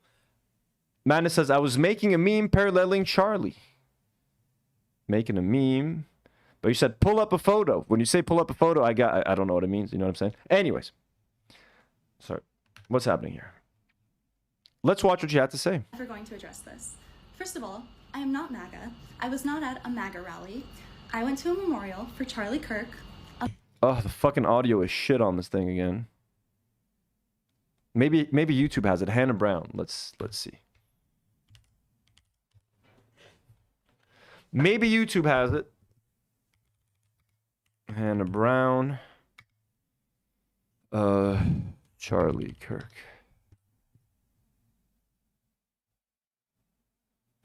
TikToker Hannah Brown is facing major backlash after she lost more than 100,000 followers for attending the memorial of commentator Charlie Kirk. His views have long been considered controversial, and many fans felt Hannah's presence at the event went against the values they associated with her. In response, Hannah shared a 5-minute video explaining that her choice was not political, but guided by compassion. She said that while she didn't agree with Kirk's beliefs, she felt it was important to show empathy and not celebrate anyone's passing. Where can we find...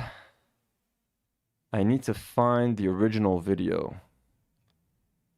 Bro, come on, man.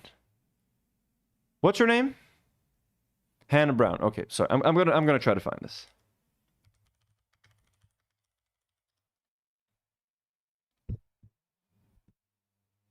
No, that's not her. How many Hannah Browns are there now? Okay, so this one. Skip.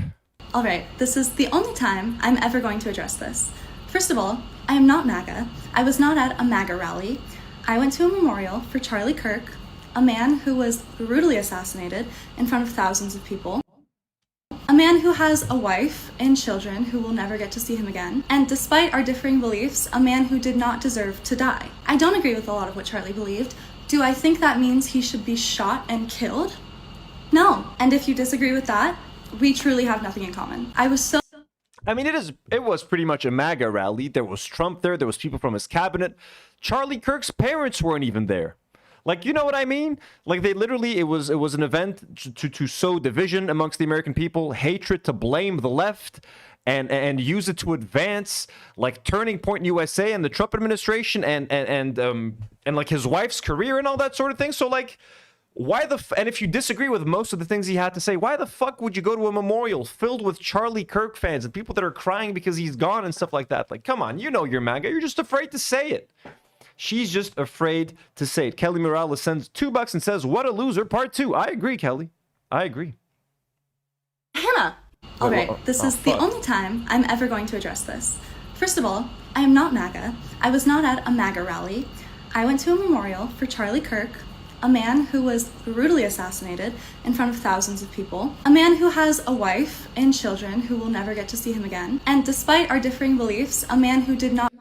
Guys, he was a father and a husband. You heard it here. You heard it here first. And his wife in front of thousands of people, a man who has a wife and children who will never... Go home and pack it up, everyone. He has a wife and he's got children.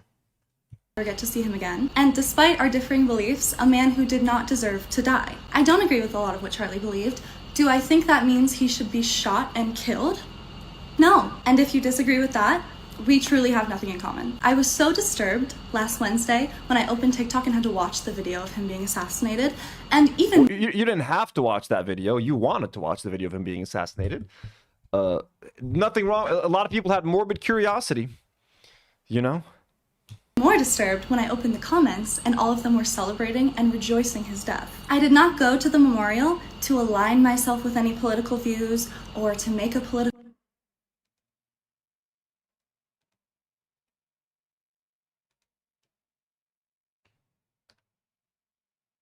statement.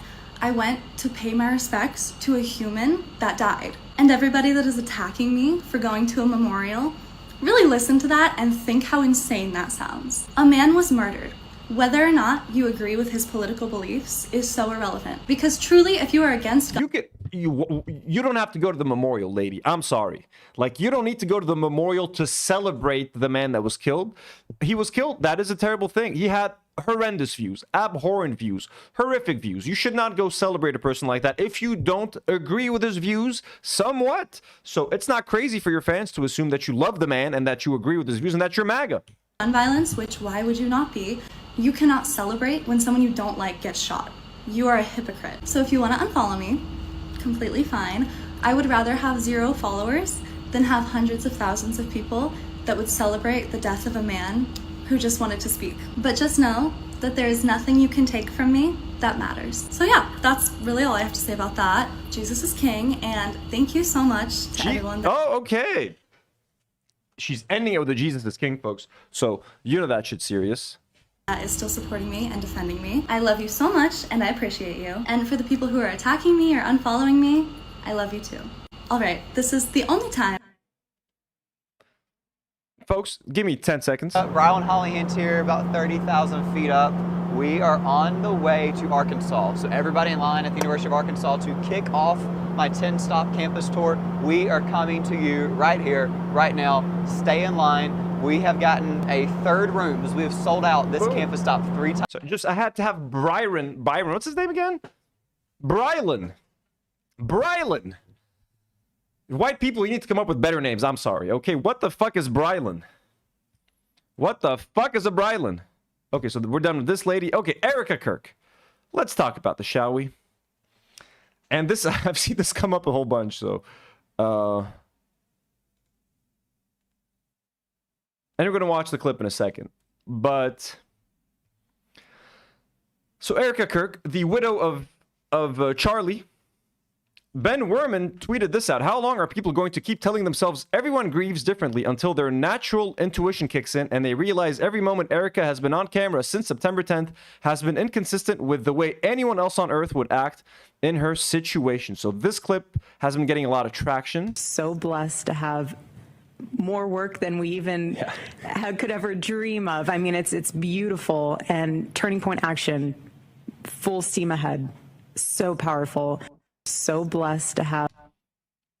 Here's another tweet. This might be unpopular, but I find it very weird how a widow has stepped into the CEO role, delivered 2 speeches, one at a stadium memorial where Charlie's parents weren't even present, and is already going on podcasts just 2 weeks after her husband was assassinated, instead of being home with her 2 young children who just lost their dad.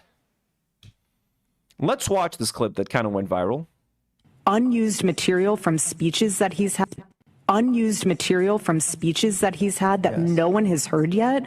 We have Sunday specials lined up to the brim because my husband was so intentional about making sure that there was enough content. Always. He made sure we recorded everything. Everything. He would not do a speech unless we could get the video and the 100%. So we have speeches that no one's heard of. We have interviews that no one's heard of. All this content, guys. Sunday specials lined up to the brim because my husband was so intentional about making sure that there was enough content. Always. He made sure we recorded everything. Everything. He would not do a speech unless we could get the video and the 100%. So we have speeches that no one's heard of. We have interviews that no one's heard of. We have stuff from Korea and Japan that no one's heard of. Podcasts. So, I mean, in the words of my husband, buckle up, because there is a lot of content to be had. And we have so many amazing things down the pipeline that we are working on currently that will unveil in due time. I am so excited. Yeah. Unused. Goddamn. Yeah, what you say here? More work than we even could ever dream of. I mean, it's beautiful, and Turning Point Action, full steam ahead. So powerful. So blessed to have. Look at that smile. More work than we even. Look at that smile. All right. Madness says, I was making a joke in the victory screen. Joker is aura farming while his victim was spewing blood. Oh, don't worry about it, Madness. Don't worry about it. I'll try to learn what this... I have no idea what that is. I've never seen that anime. I thought I had to pull up a certain picture. I couldn't find it, and when I'm live, I start like panicking and stuff. I feel like I'm wasting time. You're all good, man. Thank you so much. Stop sending super chats. Madness, please. Enough for today, okay? For your own good, just reply to your own super chat, and I'll try to read them. Stop paying money, okay? And we're gonna have a fun ass live dedicated to you, my man. We love you very much. So here, I mean, look, this is fucking weird in my opinion. Look. I'm not here to tell anyone how to grieve. Obviously, people grieve in their own ways. Oh, look, you get both kitties in one shot. Everybody grieves in their own way, okay?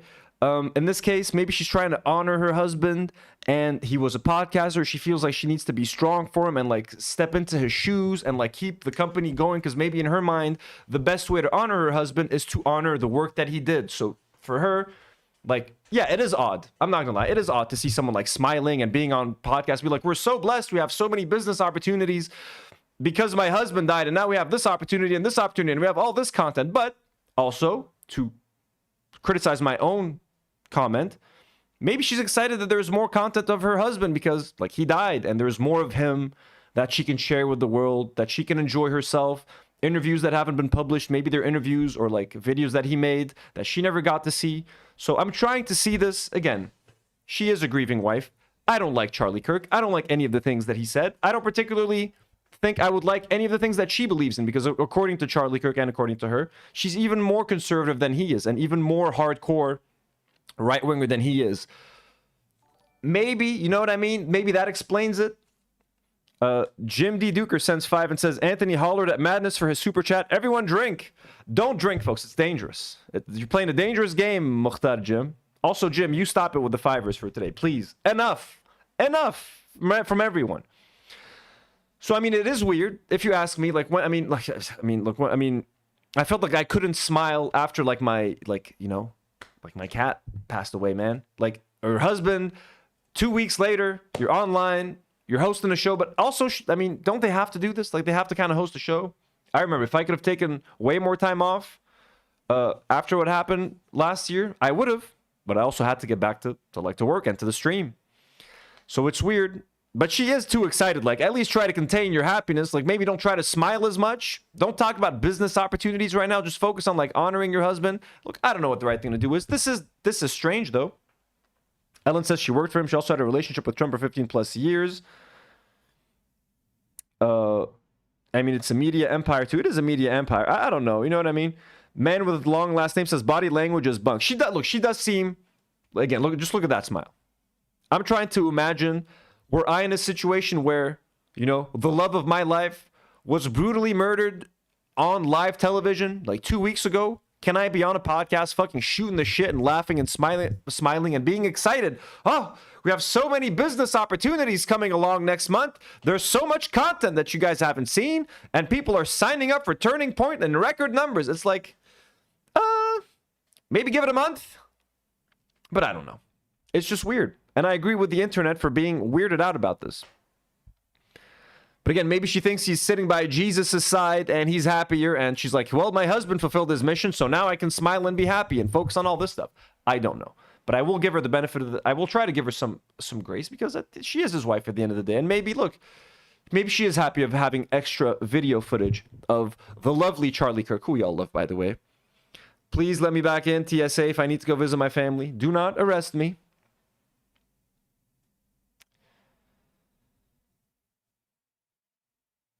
Rave says, I've seen a lot of people take on a lot after a death. It's a way of avoiding grieving, but it sneaks up on you eventually. I mean, that also makes sense. Maybe she's trying to keep herself busy, because if she stays at home and just, like, sits there and, like, just thinks about what happened, it could destroy her. So maybe keeping busy with work, drowning yourself in work, it's a good distraction. Not lingering in the moment too much. Is that what she's doing? I don't know. Is that the right or healthy thing to do? I don't know. But maybe that is what she's doing. Maybe she thinks that the best way to honor her husband and to keep herself from, like, falling apart is to just work and try to keep her husband's legacy and memory alive, which to her, it's the podcast, it's the show, it's the debates, it's all that sort of thing. So I understand it. I'm not going to be like, why is she doing this? I know why she's doing it. She just seems a bit too happy doing it so soon after. That's all. Like, don't smile so much, lady. Jesus Christ, look a little sad. I could ever dream of. I mean, it's beautiful and beautiful. So blessed to have more work than we even could ever dream of. I mean, it's beautiful, and Turning Point Action. What a business opportunity. We could never dream of such opportunities before. Wow. Maybe it's a good thing that the thing happened. You know, I mean, you know. Anyways, folks, with that said, Madness sends another 5 and says, did you see Demon Poo-Poo's woke right comment on the woke right? Also, Persona 5 is a video game, very popular. There's a Steam discount. Final one. This better be the final one. I've never played any Persona games. I used to work at a GameStop. That was my first, like, retail job. And my first job ever, really. Sold a lot of Persona games. I did not play Persona. And I did not see Demon Poo-Poo's woke right comment on the woke right. I don't know what that even means. Who's Demon Poo-Poo? Is that someone I'm supposed to know? Madness, you're crazy. Thanks so much. No more super chats, Madness. No more, please. Why'd you send another? You said it was the last one. Madness. Erika is a girl boss CEO with 3 PhDs. She's everything the right hates, trying to teach vulnerable women to not be those things. Pure hypocrisy. Well, I do agree with that. She is a CEO. She got married in her 30s, which is, to right-wingers, disgraceful. Jim D. Duker sends a 5 and says, Dear Homeland Security Department, Anthony is the most pro-American person I know, I promise, and I'm an old white man. Please listen to him. Dear Homeland Security, please watch this specific stream, this specific time code. Listen to Mr. Jim D. Duker's. Jim, you're going to jail before I am. You've been at this since the Reagan days. You've been an activist since the Reagan days. Jim, they're coming for you. Then they're coming for me. You're a bigger threat. So, folks, Jim D. Dukers is the most pro-American person that I know. I promise, and I'm a young white American man. Not white, but I could be white passing. I could be white passing. Cassie Nova sends $2 and says, you're the first man to tell a woman, smile less. Right? This is anti-sexism, Cassie. That is what it is called. I am super... Yeah, I don't even know what the fuck it is. Look, it's just weird. Okay, it's weird. I'm just imagining if I were depressed, I just cannot be doing that. Demon Poo-Poo is my name for Netanyahu. Well, nice, Madness. That's funny. Let us get to the topic a lot of you clicked for. Oh, actually, one more example. This was pretty funny. Asmongold grieves the loss of his father. He hasn't streamed in almost a month. Erika Kirk's husband got shot in the neck 2 weeks ago, and she's smiling after taking over his company. And this was a post that Asmongold shared a few weeks ago. On September 18th, a few days ago, my father passed away. It is difficult for me to even find the words for the emptiness it leaves me with. He was my last family member in the state, and I was there with him until the end. I will endure, but I don't think I'll ever be the same. I love you, Pa. Now, we're not fans of Asmongold on this channel. He's said a lot of horrible things. Not the brightest, bulb in the shed. Not the sharpest tool in the shed. But I mean, hey, at least this is a sincere fucking message. He hasn't been streaming. He kind of has taken the time to process what happened. Hey, 2 weeks in, public execution. Hey, God bless the opportunities. It is weird. It is weird. Like, in this case, what Asmongold is doing is what I think is the healthier thing to do. Again, there's no right way. It's a very personal thing. Do whatever makes you feel better.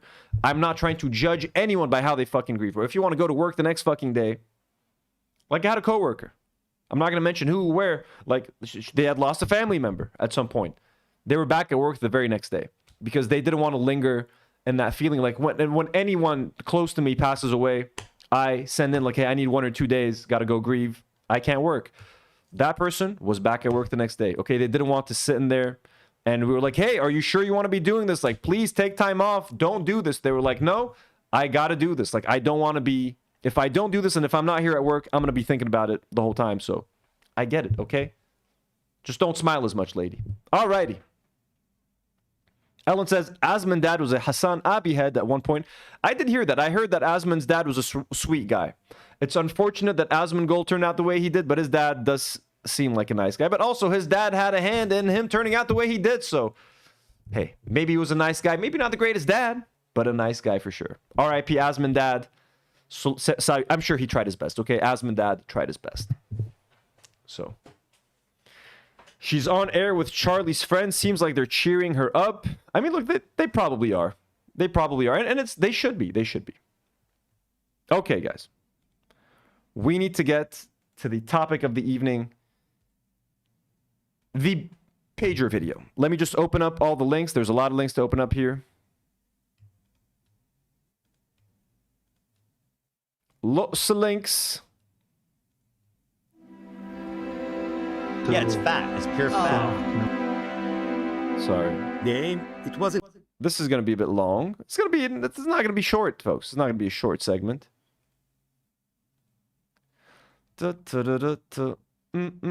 Just give me a second. Opening up all the links so that we have a smooth experience.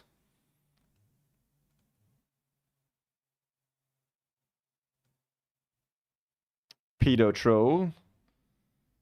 We got some Chris Kunzler stuff.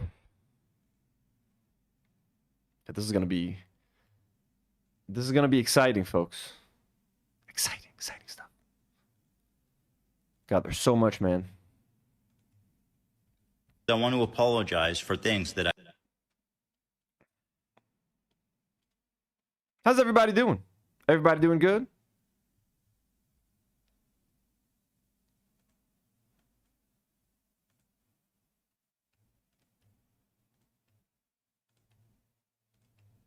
I'm trying to open everything up now so that I don't spend too much time later. Madness, I already see the super chat on the side of my screen. Why did you do that, Madness? Why'd you do this, Madness? Madness, I told you. Don't Worry Podcast. Asman's dad is a liberal leftist. He had told Asman Gold he is disappointed in how mean he has become, and he watches Hasan apparently. Oh, he did tell him he was disappointed. Well, that's kind of sweet. Thank you for the update. No more madness. Please. Please. Okay, folks.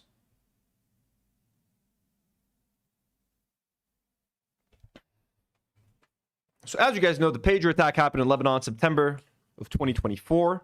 Funnily enough, on the day that happened, I was supposed to start a sponsorship with a local Lebanese restaurant called Munchies. They have 2 branches, if I understand correctly.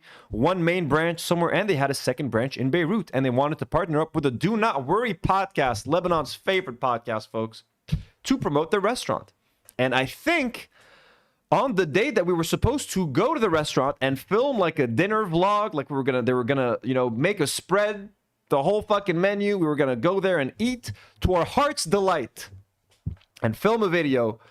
We got word that a bunch of what we thought at first was cell phones blew up across the country. I thought a bunch of cell phones and a coordinated attack exploded. And then we found out a few more details. Turns out it wasn't cell phones. It was pagers, and it was Hezbollah members or people remotely affiliated with Hezbollah. Anyone who had gotten a pager from Hezbollah, thousands of pagers detonated at the same time, injuring and maiming thousands and killing a whole bunch of people. It was really fucked up. These pagers went off in supermarkets when people were waiting in line for groceries.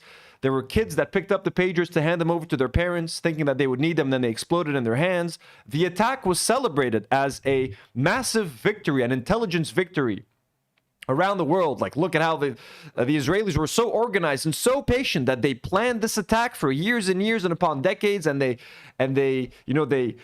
lined all of these pagers with explosives, and they were able to explode all of them at once, and you know what I mean? Like, they're gonna fucking make a Netflix show out of that. And by the way, we're going to react to that trailer for the Paramount Plus October 7th series tomorrow. Again, tomorrow's live stream is gonna be banging, so we're gonna talk about that tomorrow. I know all about that, so don't y'all worry. But anyways, like, would anyone be shocked if a couple of years from now Netflix is gonna drop the pager attack, a 9-episode special fucking series on Netflix or on HBO? It's gonna fucking happen. So the rest of the world sees this as this heroic fucking act of counter-terrorism and intelligence and all that fucking shit and espionage, when in fact it was a brutal fucking terrifying terrorist attack. I can guarantee you no Lebanese person looks at their fucking cell phone the same way again. And I know it wasn't cell phones that were blown up, but would any of you be fucking shocked to find out that the US government or the Israeli government have the ability to like fucking hack your phones, overheat your fucking batteries, and blow it up whenever they want it, basically turning your phone into an explosive device? It doesn't need to be a fucking pager. And like literally our phones, all our fucking smartphones are literal weapons in our pockets that can be activated and blown up at any moment. So literally, Lebanese people have a very weird fucking relationship with technology at this point because of that attack. And that's the least of it. Literal children were fucking butchered because of this attack. Okay? There's footage of the let me try to see if I can find footage of the supermarket. The pager that went off in a supermarket, Lebanon pager. Just to show you that like these things went off in very they try to make it sound like everyone who had that pager was like sitting in an underground base doing a terrorism meeting or something. No, it was people fucking walking around unsuspecting, bro. Okay, that's what happened. So trigger warning.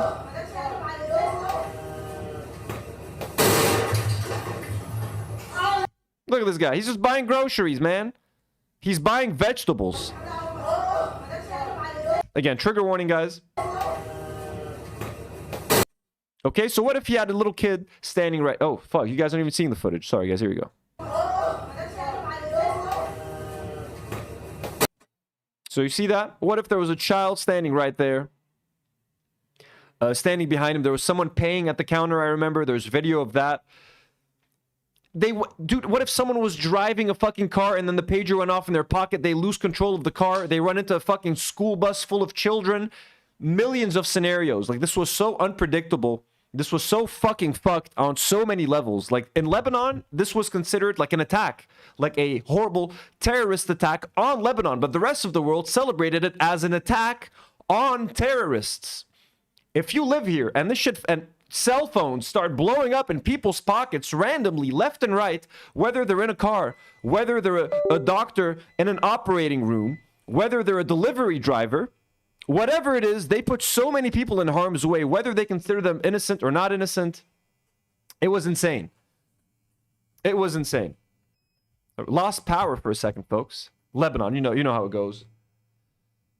Live streaming from here. God damn it. So anyways, let's move on from this. Is there more footage? There might be more footage.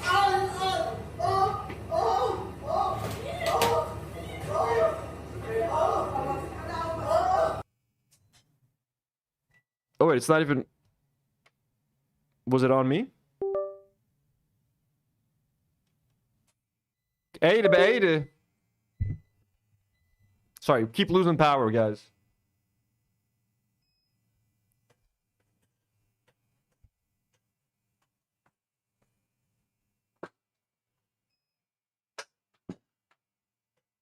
Nice. Sorry, guys. Fuck. I wanted to edit this out later into a segment. Nour, when you edit this out later, cut this out. Okay.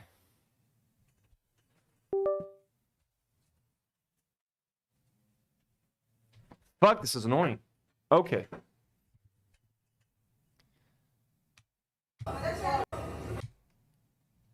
Just a second.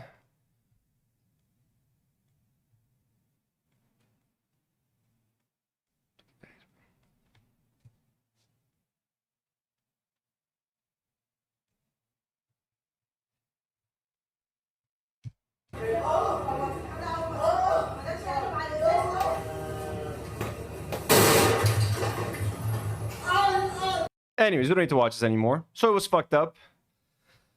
I just wanted to give you guys a bit of context about like how we view this whole thing. Okay, now here's how Ethan and Zach they're talking about. So a few months ago, they used a beeper, a pager like soundbite. Okay, in one of their segments. I don't really remember the context of that, but let's watch Ethan and then the crew kind of addressing that situation and completely denying it ever happened. Okay. Building.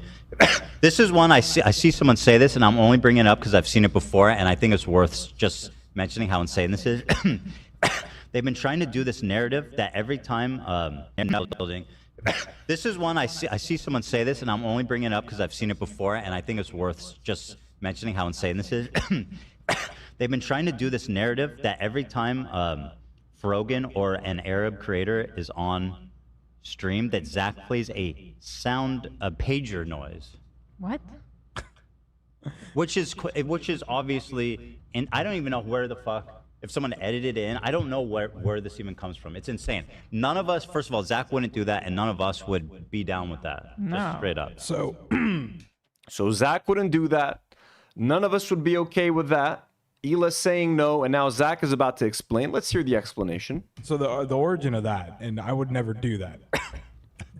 It was post content court where Dan was playing an attorney and I pulled a bunch of phone beepers, stuff like that. So I was making a reference to that, which they. I only have one clip. If you guys can send me via like Twitter DMs or something, if you can send me the other one, the Frogan one, I have the Denims one. He took out of context and, you know, it got all skewed. But no, I would not. Again, comedy. None of us would. You wouldn't be down with that either. No, absolutely not. Absolutely not. That's what I'm saying. You have to obsessively watch every second of the show so that you can like find completely innocuous, unoffensive moments and try to like world build on it. Some people are asking what the pager noise is. The Snark was claiming it was referencing the attack, the beeper attack in Lebanon on Hezbollah. Yeah, which I know innocent people. I know friends of family members who were fucking, they were fucked up by that. Even Lena's dad to this day. That you can like find completely innocuous, unoffensive moments and try to like world build on it. People find innocuous. We're gonna watch one of the clips at least, the Denims one, and see if it was innocuous and if it was a misunderstanding or what did Zach say? He was just pulling. Let's see what Zach had to say again. Content court where Dan was playing an attorney and I pulled a bunch of phone beepers, stuff like that. So I was making a reference to that, which. So he was making a reference to the content cop? Is that what you're doing? Where Dan was playing an attorney and I pulled a bunch of phone beepers, stuff like that. So I was making a reference to that, which they took out of context and, you know, it got all skewed. But no, I would not. Again, comedy. Took out of context and then skewed. None of us would. You wouldn't be. Not all skewed. But no, I would not. Again, comedy. None of us would. Comedy? Oh no, it's comedy. Ethan. You wouldn't be down with that either. No, absolutely not. Absolutely not. That's what I'm saying. You have to obsessive. We wouldn't be down with that either, and they're all saying absolutely not. Absolutely not, Ethan. Horrible. How could you even suggest such a thing? You wouldn't be down with that either. No, absolutely not. Absolutely not. That's what I'm saying. You have to obsessively watch every second of the show so that you can like find completely innocuous, unoffensive moments and try to like world build on it. Some people are asking what the pager noise is. The Snark was claiming it was referencing the attack. The Snark was claiming, bro, anyone who criticizes them now is like automatically labeled as like Snark or Snark Brain, like these fucking idiots. The beeper attack in Lebanon on Hezbollah. Yeah, which I know innocent people. I know friends of family members who were fucking. Yeah, they were fucked up by that. Even Lena's dad to this day won't sleep next to his cell phone because of it, because he's afraid.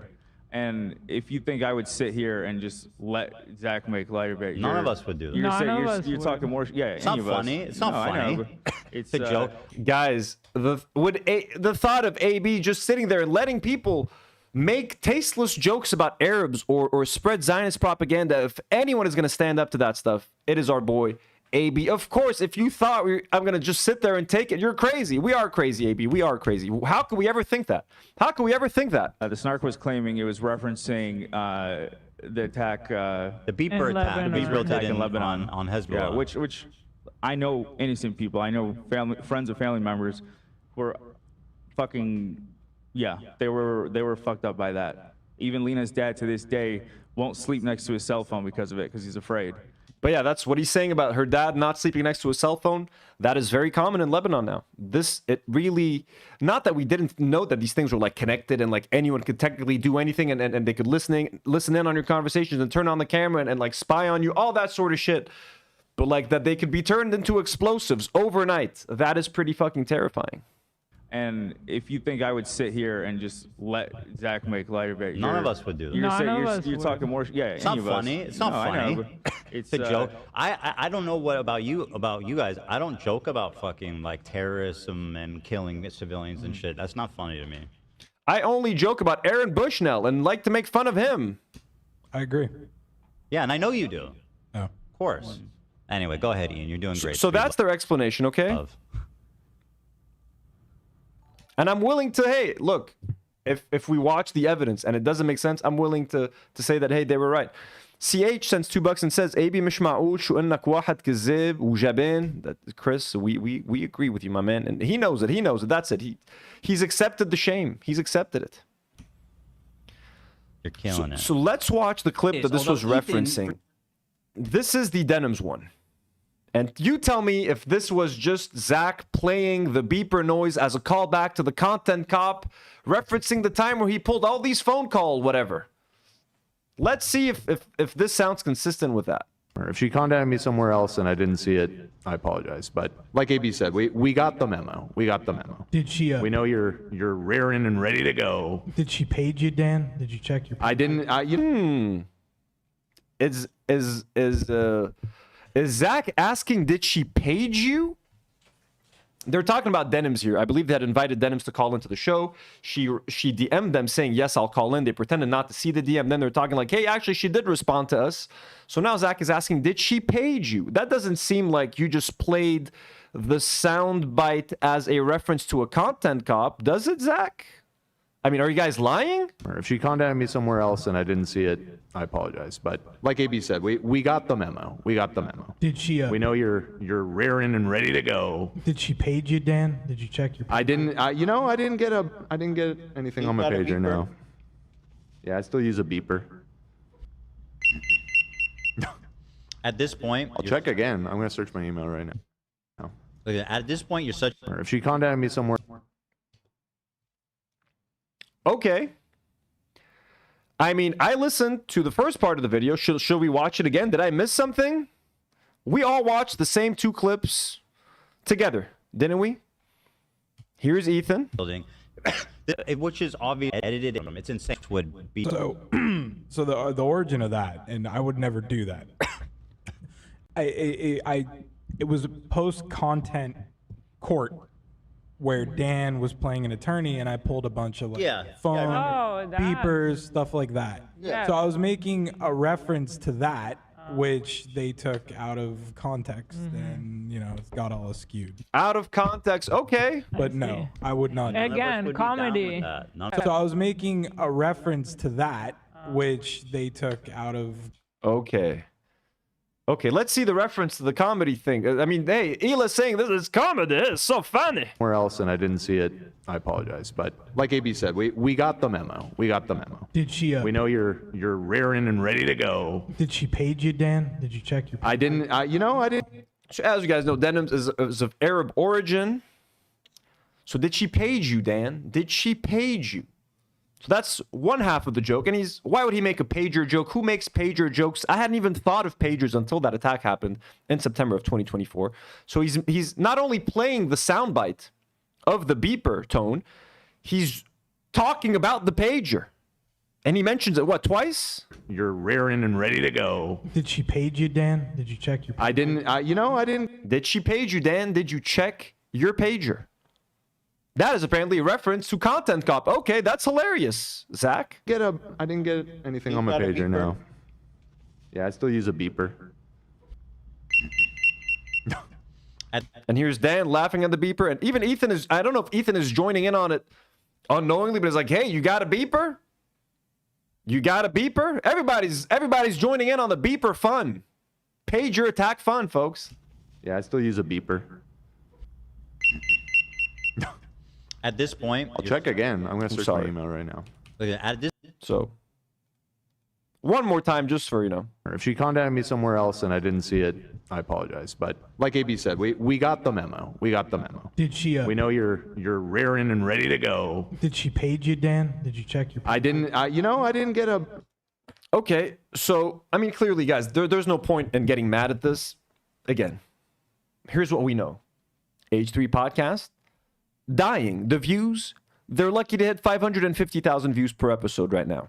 Ethan is making TikToks every day like his life depends on it, trying to change his reputation. They're desperate.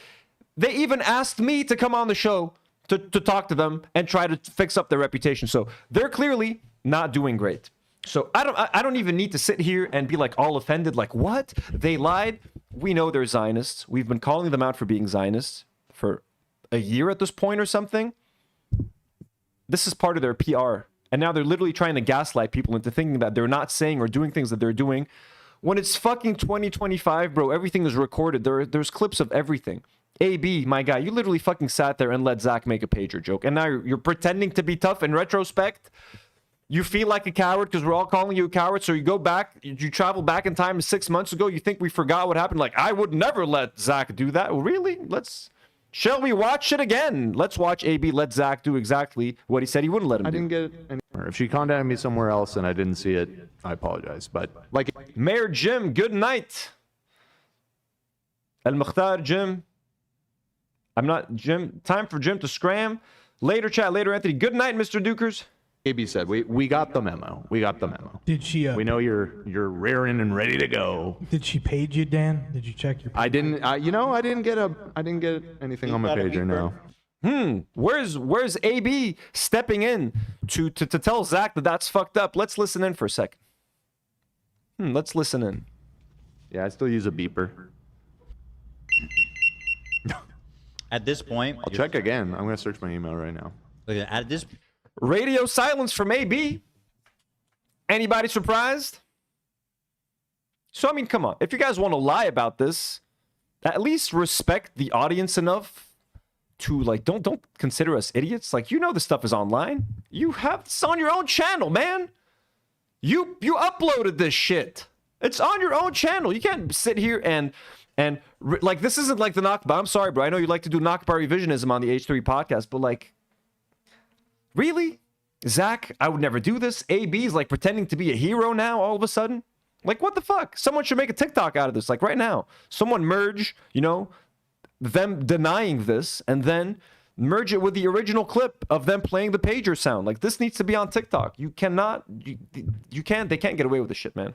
You can't get away with this. So that's all I have to say. I'm really not even angry. What am I going to say? Curse them out? Who gives a fuck? They're fucking Zionists, okay? And they're paying the price for it. Their show is fucking dying. What more could we ask for? What more could we ask for? Drop the fucking lawsuits. That's what I would ask for. But anyways, so what do you guys think? Isn't that fucking crazy? Like, what else is there to say about these people? Honestly. Now, here's a bit of context about what happened after the pager attack that they were clearly making fun of, that Zach was clearly referencing. Let's see the impact this has had on a lot of people, including children. And by the way, trigger warning, there might be some disturbing footage of, like, injured people. Sorry, there's already, like, a scarred face. So trigger warning, sensitive stuff ahead. And we got more H3 after this, so stay tuned. The aim, it wasn't killing Hezbollah terrorists. If he just dead, so he's dead. This is the voice of a Mossad agent, by the way. But if you're wounded, you have to take him to the hospital, take care of him. You need to invest money in efforts. And this is a young boy, by the way. So Marina, by the way, shout out to Marina Nimis, who's in our live chat right now. She said earlier that she was a nurse on the ground that day helping victims of this attack. So Marina, yatik al-afiyah, we want W's in the chat for Marina Nimis right now. She was a nurse, she is a nurse, but she was in a nurse working that day where she helped a lot of these victims.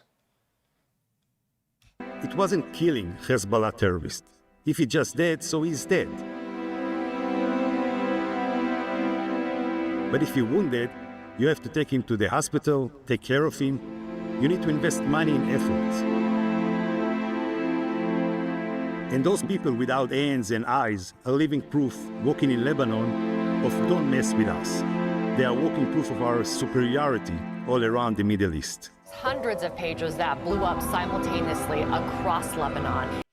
So these injured people, these injured children, these injured wives, women, men, combatants, revolutionaries, resistance fighters, them walking around with their injuries sustained by the Israeli attack is supposed to intimidate everyone else. It's supposed to scare the rest of the Arab world, and it's supposed to show that the Israelis are superior to us. That's the Mossad agent's words, not mine. Having these kids and these people walking around like that is a sign of Israeli superiority. So, yeah. And nearly 3,000 were wounded, including children, on Tuesday. Look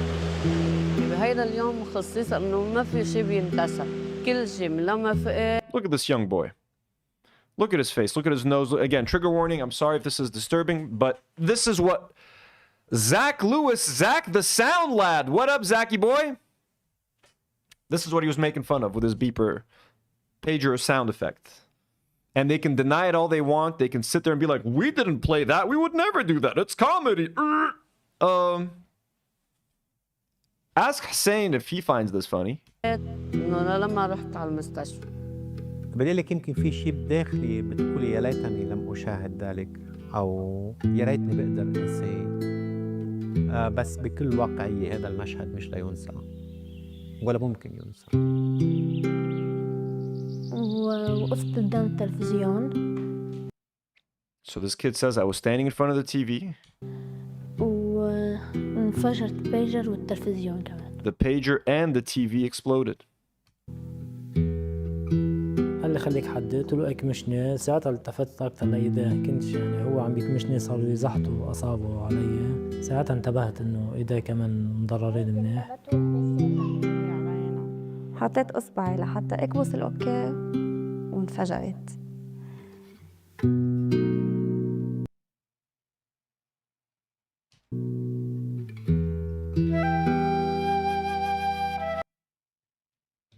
So these three people are supposed to be a sign of Israeli superiority. These two young boys and this lady, these are just three examples of them walking around looking like this and having to deal with the daily struggles of having to deal with these injuries. It is meant to be a reminder to me, to anyone who ever considers standing up against Israel, to just shut the fuck up and sit the fuck down and accept whatever the fuck they do to us. This is what they are meant to represent.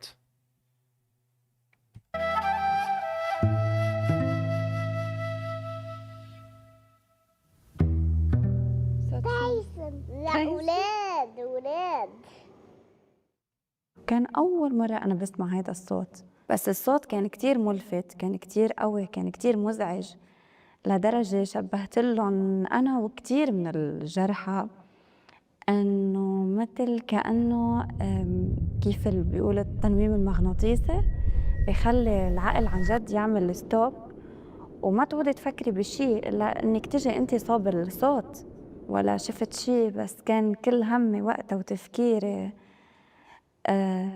وبعدين لقوني أنه أنا زاحفة من الصالون صوب الغرفة اللي فيها ابني.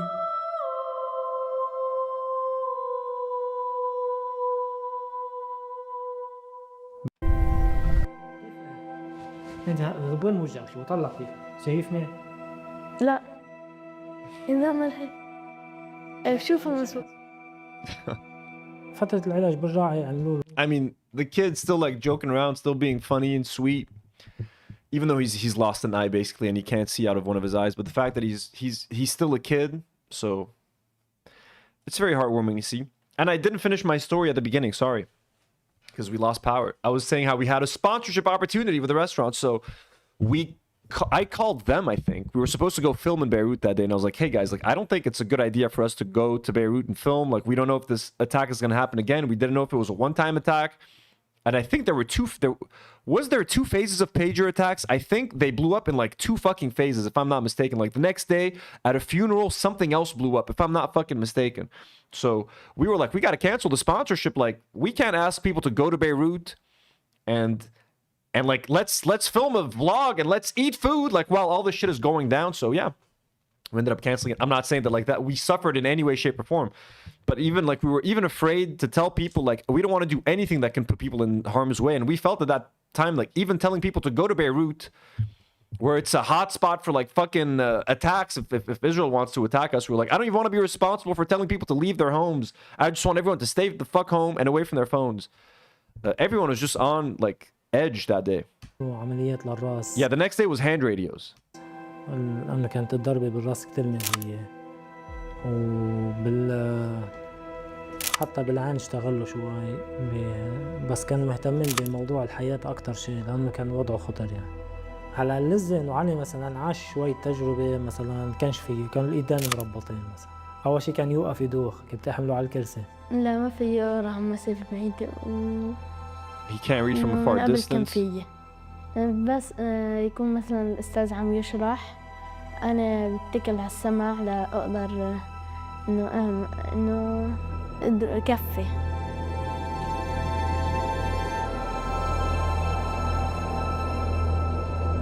عن فوتبول هو بحب يلعب فوتبول كثير لو بيشوف. So, I mean, again, this is no joking matter. It's no laughing matter. And just as a little judgment on Ethan. He got a few little diehards in there with little comments. Like, Look how disturbing this is. Okay? You know, Ethan and Trisha had a falling out, frenemies, all of that, and Hila and Moses also have a falling out. Their family, they have a whole family fucking thing. Okay, I get that. Families fight, families argue. You don't have to be friends with, you don't have to love your brother. You don't have to love your families if you've betrayed each other. Shit like that. I don't think so. Okay, I love my sister. I try to make sure that I have a great relationship with my sister, etc. Hila and her brother don't have a good relationship. I get that. Isn't it fucking weird that Ethan and Hila dropped a 45-minute video just shitting on Hila's brother? Like, isn't that just fucking crazy? They have checking in on Trisha Paytas and Moses, and they're just making fun of literally like their nephew's parents. Like, Ethan and Hila are the uncles of Trisha and Moses' fucking kids, bro. Like, they're their uncles and aunts, and they're out here making fun of their like nieces and nephews' parents on YouTube. Like, can you imagine if I was beefing with my sister? If I had some personal beef with my sister and I did a 45-minute segment on YouTube making fun of my own fucking sibling, my own sister, to get fucking views and money? What kind of fucking sick family does this? How sick do you have to be in the head to use your own family as a target, as a villain on your own podcast? Hate them all you want privately. Don't fuck with them. Don't visit them. Don't let your kids play with their kids. Whatever the fuck it is you want to do. Okay? How the fuck do you get on the internet and make fun of your brother-in-law? And how does Hila get on the internet and make fun of her own brother, the father of her nephews and nieces? I don't understand that, to be honest with you. I do not understand how that fucking happens and how these people are fucking normal. That he's reviewing our stuffed zucchini. Why is he called zucchini? It's in grape leaves. So Moses apparently is reviewing stuffed grape leaves on TikTok. Who gives a shit? Ethan and Hila are going to spend 40 minutes making fun of the guy, bro. He's your fucking brother, like Hila. Didn't you guys like run around the house as kids together? Weren't you guys raised together? Don't you have like core family memories or some fucking shit together that is like beyond petty internet beef? Can't you look past this shit? And like, it's just fucking strange to me. Oh wait, no, it is okay because they come out in grape leaves. Anyway, because I watched this, I know. I watched this in kind of horror. Yeah, just watch. This is from 2 days ago, so we're this not gives you an insight. we're gonna watch just 2 minutes of this just to see how shitty they are as human beings. My favorite. Yeah, I love grape leaves. It was in an Armenian market that was recommended in the valley here in LA, and yeah, most of the things I saw there were... And as far as I know, Moses and Trisha do not talk about Ethan and Hila. They do not engage with their stuff at all. You know what I mean? Like, they stay the fuck away, and this is what they're doing. Things I knew, but these two I haven't seen before. I haven't seen this brand. Content. Fine Meza. I haven't seen that brand before, and I haven't seen stuffed grape leaves. Is he so desperate for attention that he's willing to do zucchini reviews? No, but listen, you can just tell he let himself go. He's depressed. He's sad. If he keeps it going, you'll see Trisha walking around with a moo-moo in the background, chasing after the kids. It's just boring to have. They have some random fucking guy, Rich Lux. They have the whole crew. Like, imagine, seriously, man. Imagine I was sitting here and I had Nour and Karine just sitting there and I had Demi sitting next to me and we're all shitting on my sister. We're making fun of my sister. Like, the crew. They're like, hey, yeah, your sister's a dumb fucking piece of shit. Like, yeah, she is, isn't she? Like, can you fucking imagine that? How fucking unhealthy is that? It really boggles the mind. Oh, it's like spice it up. It's way worse than boring. Something better. This is something way worse than boring. I don't know. That's the first time I hear of that. And if this was just boring, it would be a compliment. Stuffed zucchinis, so I was curious to see what does stuffed zucchini in a can look like. Yeah. You can hear someone in the background too. Yeah, what does it look like? So damn. It better. What does he have to say?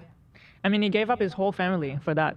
So damn. He better be happy there. He doesn't talk to any of us anymore. It's not worth it. His own mom. Let me call him mom. You gonna call your mom? Yeah. Hello. Yeah. You know, I saw. This is a total tangent, right? But I saw a TikTok of his recently because I don't. Okay, he doesn't talk to the mom anymore. Does that mean you make fun of the guy on fucking YouTube, bro? Like, it's fucking insane. Really, I'm not. I'm back on It's TikTok, 45 right? minutes. It's 45 minutes of pure vitriol on that issue. No, it's right, because people are going to skip over this part. Trisha was going by they. Yeah. And she was like self-identifying as like a man. Remember that she was dressed up like a man. But then and she was chose "Don't call me she." she chose the girliest like name for the first child and did the pinkest gender was thing, trans. and she was all about gender all of a sudden. It's like, Yeah. That's a good point. And then she was a chicken nugget, and then a vampire. They're talking about their nieces and nephews. Just keep that in mind. Anyways, we're dealing with freak people.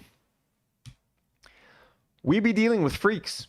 So here's AB trying to stand up to Ethan. This is on. So Pedo Troll shows a narrowly framed TikTok about violence and revolutions to address his detractors in the face of an ongoing genocide, while AB shakily attempts to push back, then gives up. Let's see what this is about, shall we? Genuinely believe a group of oppressed people can simply talk to and reason with their oppressors without any violence involved. Please just read, like, we genuinely believe a group of oppressed people can simply talk to and reason with their oppressors without any violence involved. Please just read, like, one history book, ever. Just the fucking arrogance of these people, just to be like, no, I'm right and this is true. Well, anyway, so this guy is a researcher, and anyway. I read the history, and then I decided to look at... the data. The researchers looked at 323 nonviolent and violent campaigns between 1900 and 2006. And what they found was that the nonviolent campaigns were more successful at twice the rate of violent campaigns. Since then, success for both groups went down, but nonviolent campaigns were 3 times as successful as violent campaigns. What does all this mean? It means that we can't be myopic when we're trying to make arguments about history. History always requires a multivariate analysis. And let's not forget about this study who showed that lots of people who endorse violence for left-wing or social justice causes often don't actually care about the causes. They're just looking for an excuse to be psychopathic and feel morally superior and narcissistic about it. So this guy's a Trumper? I don't know. I don't think so. Sounds like one. He did at the end, but I don't think he is. He's a psychotherapist and writer. So anyway, I thought that was really great TikTok there for your enjoyment there. Thanks for. So Ethan's just trying to show that, like, hey, political violence doesn't work. There's no need to ever be violent in any scenario ever. You know, always be peaceful. Peaceful protesting always works better than violence, which is not the case. For the data to show us violence is bad. I agree. That's not what the data was showing. That's not what his data was.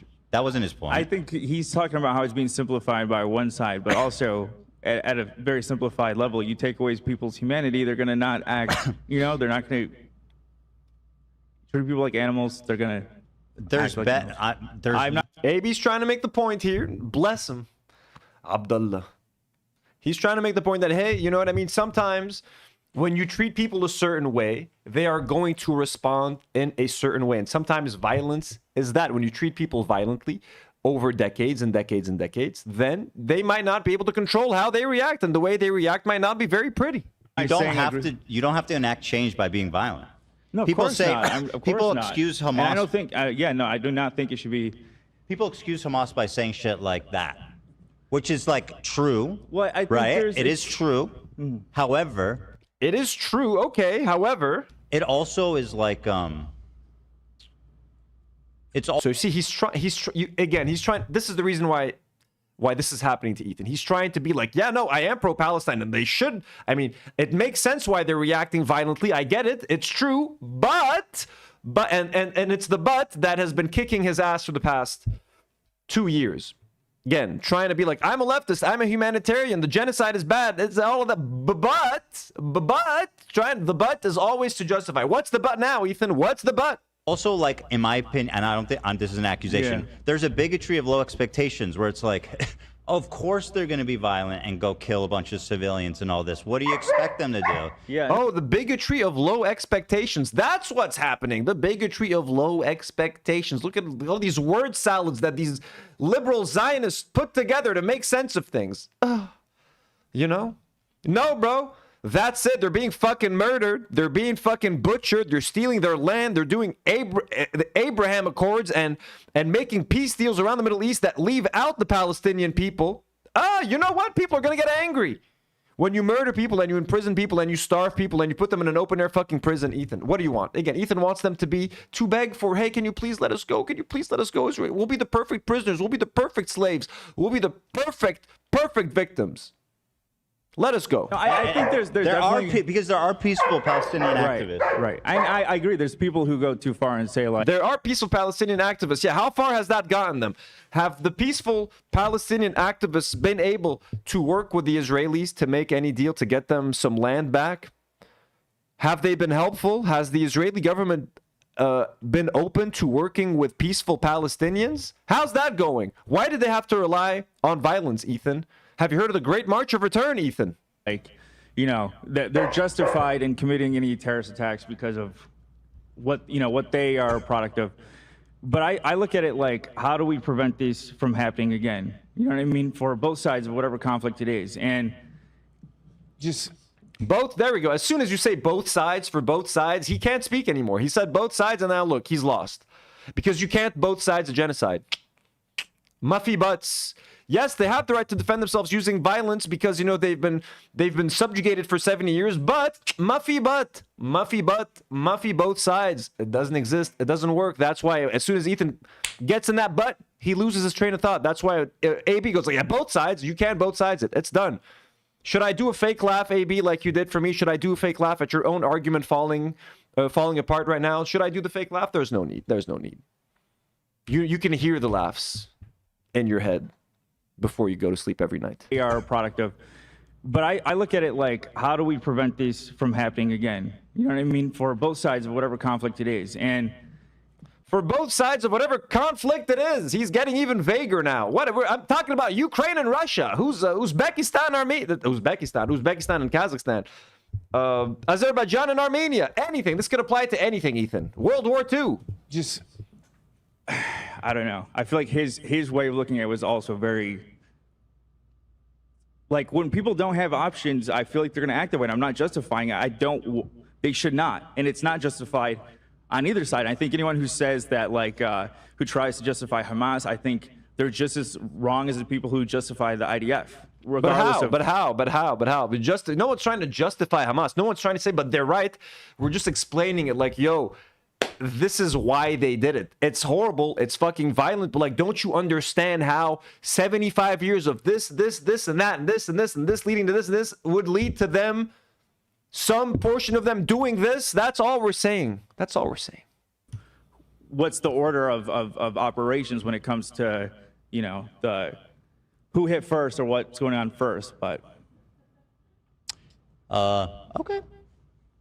Yeah, of course, that's where the fucking conversation gets to when everyone's trying to fucking compromise on a situation that does not have room for compromise. There is no room for compromise. There is no room for nuance when talking about Israel, Palestine, and the genocide that is happening. There's no nuance. Leave the nuance for other conversations that do deserve nuance and require nuance. This isn't it. Just saying my opinion. Yeah. No, I mean, listen, I agree. Violence is justified sometimes. You know, sometimes it is justified. Except not in this case. Not in this case, folks. No, sometimes. It's not even that. I'm not even saying that's justified. What I'm saying is, like, if we truly want to stop it, then I think it's more of, like, we shouldn't just be playing the blame game. It's like, how do we prevent it? Pretty much. This is more addressing people that I've been hearing from. Look, I don't even know what AB's trying to say at this point. What is he even trying to say now? Do we even know? Specifically. Does he even know? Mm-hmm. That is like... Does AB even know what he's trying to say anymore? Game. It's like, how do we prevent it?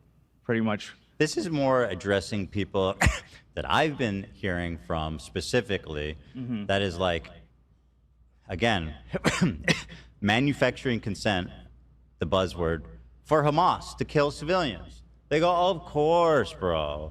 They've been oppressed. They've done this. There's no other fucking way to advocate. And, like, I get why they're doing it. I can understand. I can, on one hand, understand why they're doing it, but also disagree with the method. Like, I get it. And I'm totally not one of the people saying it's justified because of their, you know, what they grew up in. Yeah, what are you saying, AB? What the fuck are you saying? No one knows what you're saying. But yeah. Good job. Good job. Let's give him a hand. Okay, let's give him a hand for trying. Good job, AB. You tried. You tried.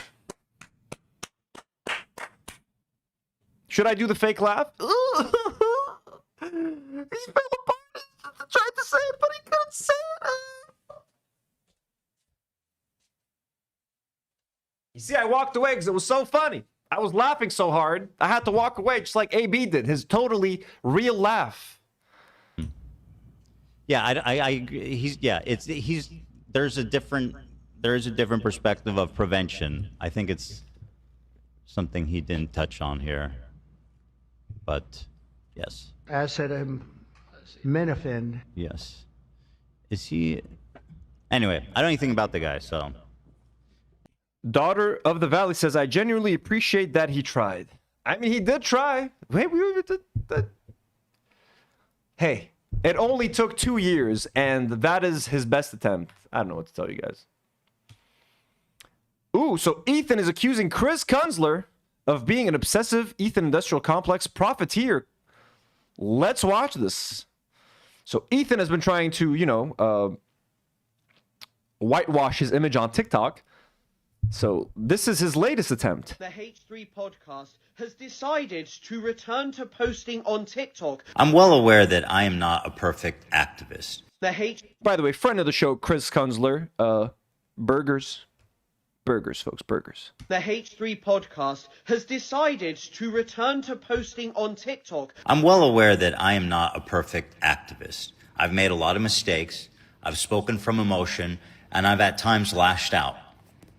I've rashly said things that were incorrect, but I've always strived to learn and to correct myself. But have I consistently spoken against the violent subjugation of the Palestinian people? Yes.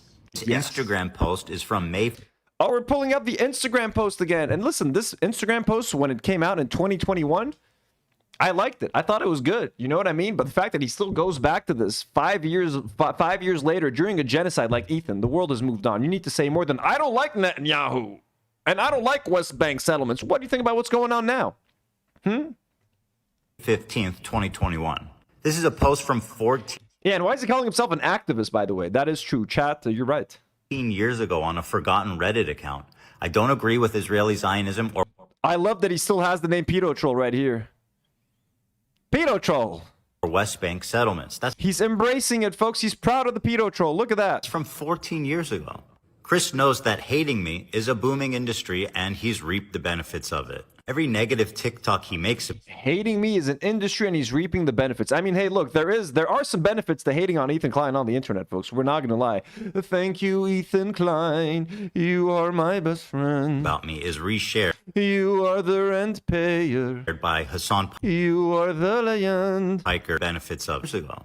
Chris knows that hating me is a booming industry and he's reaped the benefits of it. Every negative TikTok he makes about me is reshared by Hasan Piker and Taylor Lorenz. And the only time Hasan ever invited him on his broadcast was to talk about me. I actually scrolled Chris's entire feed, and the only time Hasan ever shares his videos is when he's talking about me, which is a shame because Chris makes a lot of really good pro-Palestinian content. And not to mention that on his YouTube channel, his top 3 most popular posts are all about me. So of course, Chris is not looking to change his mind on me, as he has a vested interest in me remaining a... You know why Ethan can't pull that shit with me? Because my top videos are not Ethan related. One of them is, one of the top 3, but the rest of my top 3 is just regular shit. So good luck trying to do that shit, Ethan. Let's go see what my popular videos are on the channel. There we go. Number 1, Kung Fu Jesus, my documentary about Joseph Merab. It's my personal, I mean, I'm not going to call it a masterpiece, but it's the thing that I am the most proud of on this channel. Go check it out if you haven't. It's fully subtitled in English. Full English subtitles, folks. Then we do have my first H3 video, how Ethan Klein is killing H3. H3, a Lebanese fallen fan's perspective. The number 3, I have the most convincing UFO story, Zimbabwe, 1994. So that's my top 3, Ethan. Good luck making the argument that you get me all my views. We have Shada, the documentary, as well here. I mean, a couple of Ethan videos, but I mean, hey. All right, where were we? Where were we? Oh, yeah, there we go. Let's continue this video. A cartoonishly evil, one-dimensional Zionist. Chris is a valuable and effective voice in advocating for Palestinian freedom. We know, and that's why we love him. However, he doesn't ever have to face the complexities of having friends and family that were born in Israel, who oppose the government and who have done nothing wrong. And I mean, he does, by the way. He's going to talk about that in a second. But how about having friends and family in Palestine or Lebanon? I'm a friend of Chris Kunzler's. I'm in Lebanon. He knows what we go through over here. You know, we have experience of this in the with the situation. I have, you know, a lived experience, as Ethan likes to say. How it feels to see people calling them Nazis and wishing death on them for nothing more than being born somewhere. Oh, we're calling Israelis Nazis for just being born in Israel, not for committing a genocide and supporting it, with 89% of the population thinking that the IDF is justified in what they're doing or that they're not going far enough? Really, Ethan Klein? Is their suffering more important than the Palestinians? No, obviously not. But as someone that is a dual citizen who spent a lot of time in Israel and has Israeli family, of course, I'm going to be more sensitive to this issue, despite me caring very much about Palestinian people. Clearly, because he talks about it all the time. He's constantly highlighting the atrocities that are happening to Palestinians, constantly talking about it on a show, not complaining about his experience as a Jewish man living in America. That's not what he complains about at all. He's not trying to silence pro-Palestinian voices on the internet. He's not trying to sue people into oblivion for nothing else than for just reacting to one of his dumbass fucking videos, which itself was made by stealing content from many other creators. Hopefully that comes up in court, Ethan. This is about civilians. I share a deep sympathy for the Palestinian people. Their suffering, their displacement, and their struggle for dignity are real and deserve urgent recognition. Has my activism been perfect? Of course not. Not even close. Are there things... It's been shit, bro. ...that I wish I said differently or not at all? Yes. But to support that I'm some mouthpiece for Israeli propaganda is completely false, and it's totally unsupported. I'm not pro... It's very much supported, Ethan. Come on. You know how many clips there are of you spewing Zionist propaganda. Again, don't be a pussy. Drop the lawsuits and invite me on your show so I can explain it to you very easily and very succinctly. Israel, and I never have been. I've always been pro-civilians. And you won't find any evidence to the contrary, no matter how hard Chris tries to convince you that I'm lying. Okay, let's watch our boy Chris Kunzler's rebuttal to Ethan Klein. I love this. Let's go. Israel, and I never have been. I've always been pro-civilians. And you won't find any evidence to the contrary, no matter how hard Chris tries to convince you that I'm lying. So after nearly 6 months, I finally got the response from Ethan Klein, and the response suffers from the same problem as all of Ethan Klein's other content. This man... Why does this look like a green screen? Chris, you're not even standing. I don't even think this is a green screen behind you, but for some reason his hair looks like it's been poorly edited in, you know? Man cannot remember anything that he has ever said or done, because just a few weeks ago he was calling me the C word on his podcast, and now he's saying I'm a great voice for Palestine, and he's saying that we can't find content of him being pro-Israel. Ethan, your video 2 videos ago was literally you apologizing for being pro-Israel. You apologized for saying that you thought Israel was multicultural and this amazing society, and that you had wanted to take your family there so that you could show everyone that Israel wasn't this racist Jim Crow society. That's literally Hasbara. If you really are against Zionism and think that it is a racist project, why on earth would you be wanting to show people that actually there's this amazing different side to Israel? And when it comes to examples of Ethan being... it's just too easy. It's too easy. It's too easy. There's just so much. There's so much. Again, the worst one is Ethan and Hila literally being like, if the Palestinians are let out of Gaza and their family members are allowed to return to Israel, there's going to be more Palestinians than Jews, and they're going to kill all of us. That's literally what they think. That is like Zionism 101. Again, I did a whole live stream breaking down all of H3's biggest Zionist talking points in preparation if anyone wanted to go debate them on their show. I just wanted to do it to help out as a PSA. Pro-Israel. There are too many to count. You can look at my longer form videos over on YouTube. You can look at other creators like Overzealots, Noah Sampson, Bad Empanada. Do Not Worry podcast. Thanks for the mention, Chris. There are many people who have produced hours and hours of content which show Ethan spewing Zionist talking points. However, he doesn't ever have to face the complexities of having friends and family that were born in Israel, who oppose the government and who have done nothing wrong. And how it feels to see people calling them Nazis and wishing death on them for nothing more than being born somewhere.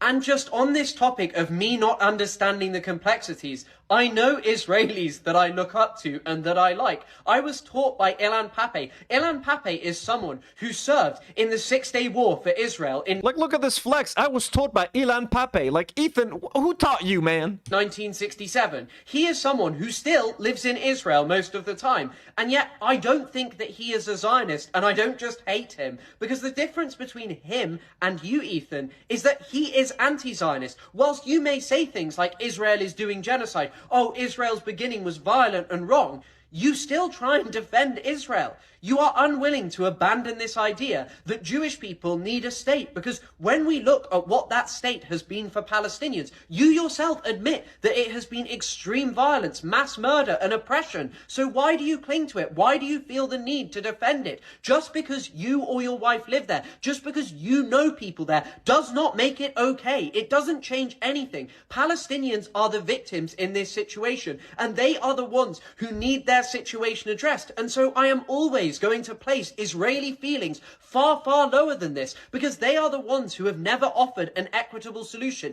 They are the ones who continually deny Palestinians their freedom. And that is why I view you as a problem, because you are unwilling to abandon Zionism. That is literally it. And I would like it if you did that. I don't want you to remain a cartoonishly evil Zionist. You have a massive platform. You could use it for good things. You could start posting and talking about Palestine rather than just making jokes about Aaron Bushnell and bringing people on like Lonabox and Ahmed Fouad Al-Khatib. Bam! Even not one wasted moment, even at the last second. Like, you're bringing people on like Lonerbox and Ahmed Fouad Al-Khatib. Also, one thing I would mention, Chris, just drop the lawsuits to that bitch.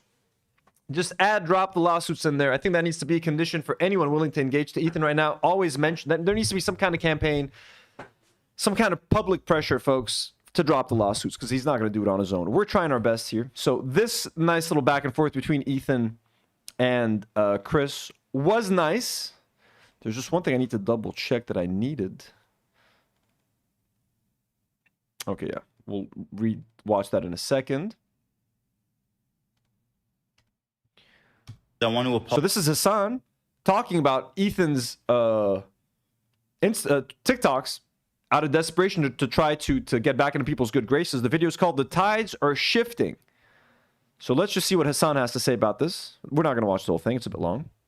I want to apologize for things that I genuinely got wrong. For example, we're planning to go to Israel in June with my parents, and I'm actually really excited to go there. I want to show you guys how beautiful, how multicultural, how like free it feels for people, or just, it's a beautiful place. It is. It's one of the most diverse places I've ever been. Looking back, I definitely feel ashamed for the way I spoke about Israel with such levity at the time that a genocide was happening. That's cool. That's a good first step, I think. If only that was the only reason why people were like, hey man, I think you might be defending Israel a little too hard, you know? Calling its prominent critics of Muslim background terrorists. Some fresh criticism for Hasan, who is an outright supporter of terrorism. Quite literally.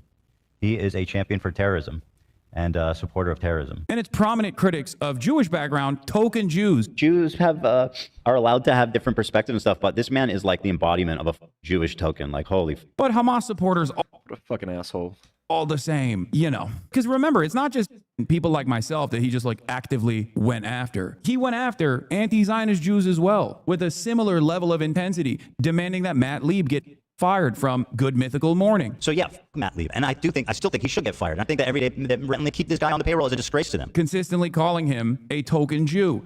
Bro, this is bringing me back, man. This has been going on for so fucking long. Master Redcoin sends $5 and says, donation to Maki's unemployment fund. Maki, you see that? Maki?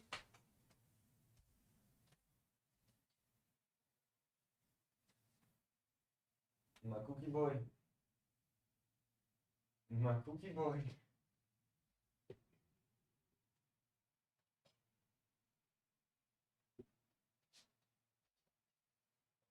He's completely balled up.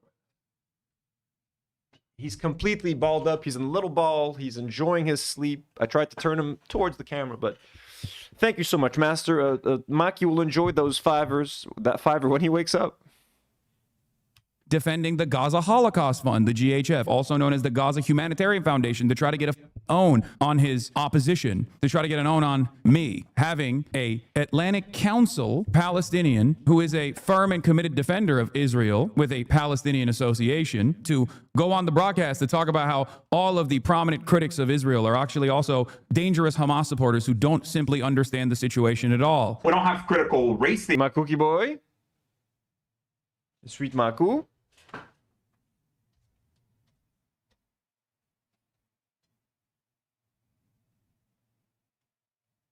Maki.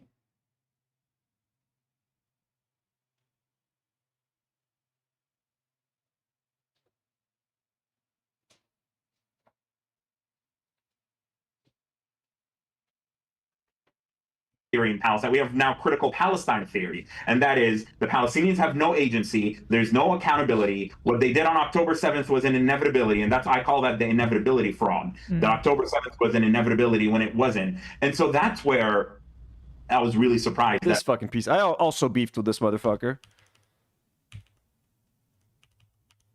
Like, what's the best way to help these people? And for an advocate here who knows people in Gaza, has lived in Gaza, to be like, this is the best place. Absolutely. And someone who's critical of Hamas too. So like, I feel like this is coming from only the best I mean, place. the one Palestinian Ethan had on his show, he had to get the one guy who was against Hamas, who was pro-Israel, who's pro-IDF, who literally wanted Anas al-Sharif killed, the journalist, who's probably one of the reasons why he got killed. This fucking evil-looking piece of shit. It's possible to help. By the way, this guy's younger than I am. This guy is younger than me. Look, that makes me feel good about myself looking at that guy. I'm not going to lie. The people there. And so I was quick to support and recommend other people support it as well. Which is a He looks like the Toy Story villain, but I also said that he looks like the guy from Lilo and Stitch. American think tank. America is once again a belligerent in this genocide that Israel is conducting against the Palestinians. There's so much more that Ethan Klein has done, but I'll take it. I'll take this first apology. I think it's good. It more so just represents the tide shift that is finally even hitting him in the face. You know what I mean? For the longest time, he just refused to recognize what was going on, and the walls kept closing in. Yes, as Omer Al-Akkad said, one day we will all have been against this. One day. And it's getting there right now. This is bullshit. So then, we're not going to watch the whole thing, but apparently, I think as part of this clip, Hasan made a request, made a demand for Ethan, and he says this. Drop the lawsuits, Ethan. Drop the lawsuits. You know they're frivolous. You know it has nothing to do with copyright or anything like that. You'll win a lot more good favor if you were to do that. I know you think that the people that you're attacking are unfavorable by the new audience that you have cultivated, but it's a good gesture. Later, drop the law.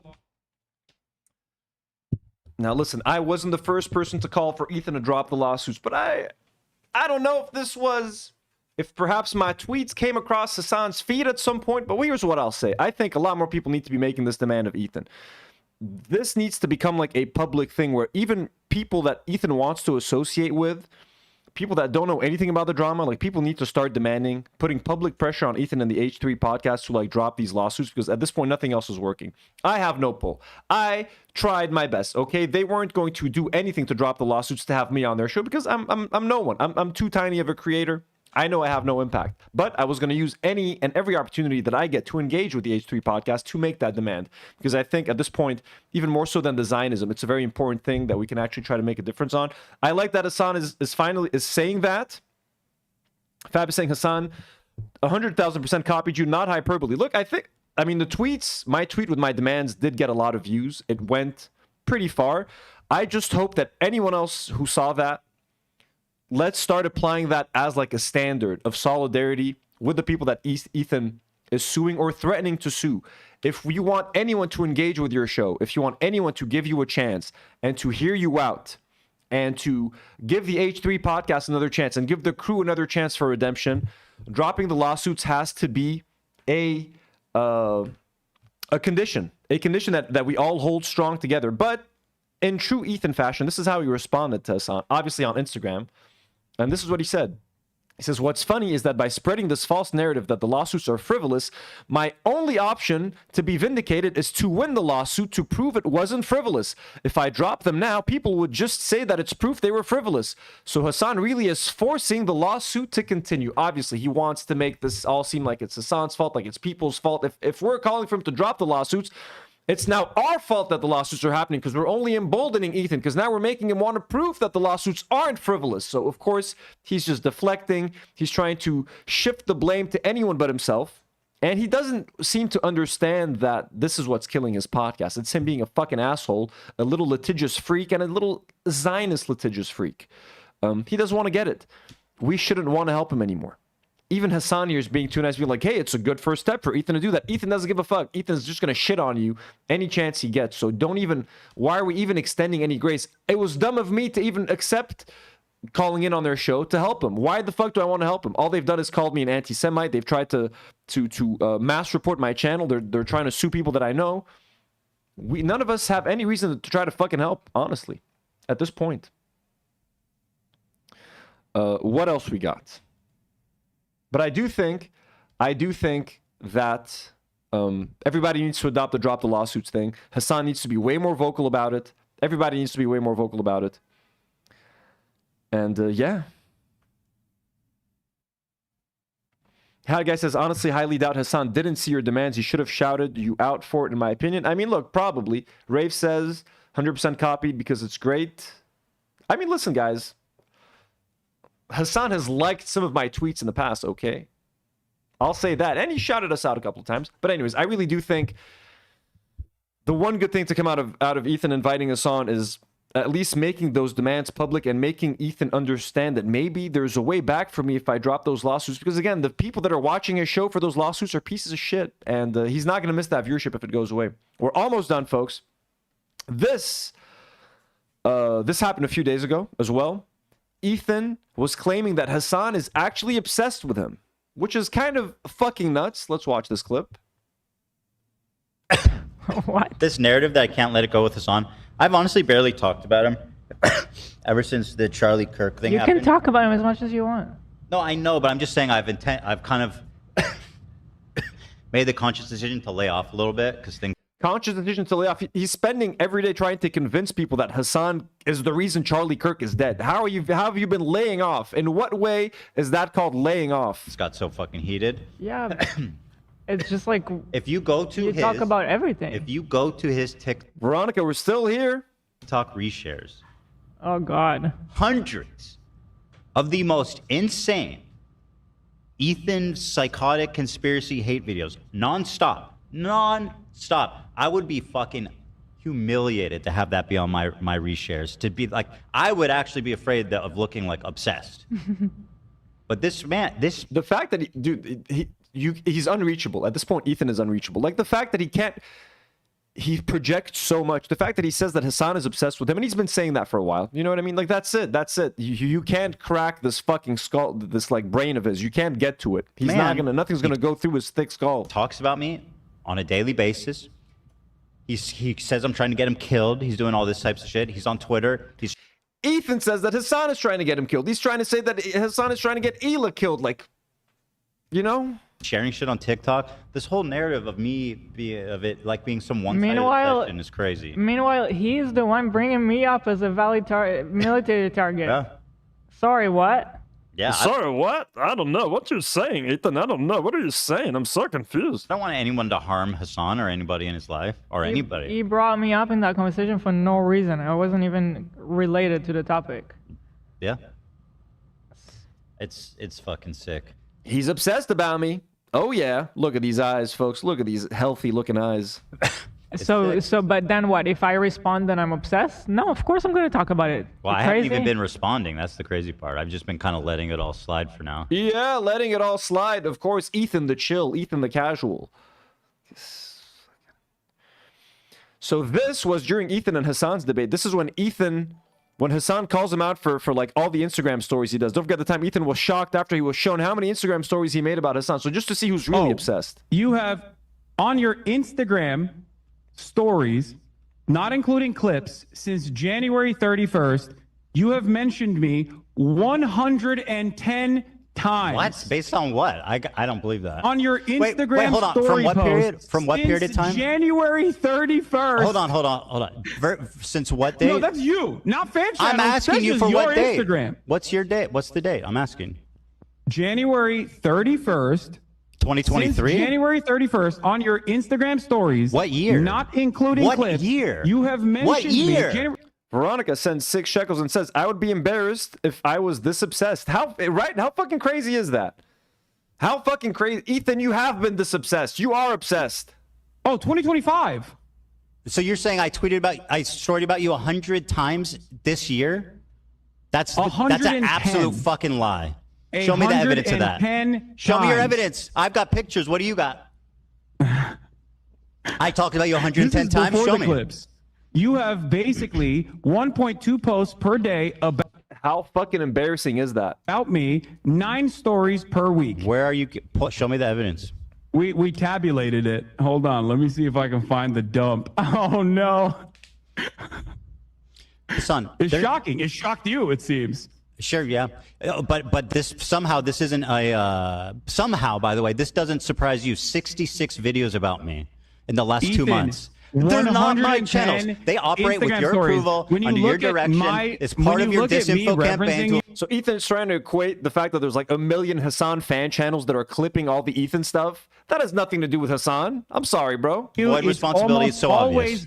Within the context, it's almost always within the context of you literally fucking Hostweet. When are we in agreement? Hasan, you say called me stupid, and I said my video is streaming bad, it, but bro. wait. You're streaming the hate videos. You're streaming. This is what you stream. I make a Ethan, your story. entire fucking stream is a hate video. What are you talking about? Your entire subreddit is a hate subreddit against me, which is fine. You want to do that? You can do that. That's precisely the reason why Reddit literally got back to you when you fucking cried to them about the snark channels and said, "What are you talking about? You basically have a harassment channel on Reddit. How are you complaining about this?" Not only that, but you also tried to sue anonymous Redditors to dox them. When did I try to sue? Whoa. You wanted to dox them to their families. What?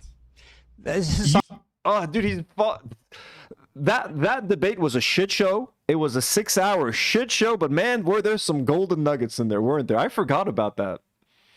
That was a nice little moment in there. He's pretending that he's not trying to sue Redditors. Like, oh my, dude, when he's confronted with the things that he's doing, and that he's posting 100 times about Ethan, and that he's doing this and he's doing that, and he's trying to sue Redditors, he doesn't like how it makes him sound. That's why you need to drop the lawsuits, Ethan, my man. You're frivolous lawsuits to Redditors, to anonymous Redditors, knowing full well. Marina, good night. Folks, it is 1 a.m. We're almost done here. Well, that they would be scared into submission. You also posted about that on your Instagram stories. Can anonymous Redditors defame you and harass you? Away. Oh my God. And this was right after Ethan and Hasan debated, so we have another little fun clip. So here's all the Instagram stories. This is the man who's claiming that Hasan is obsessed with him.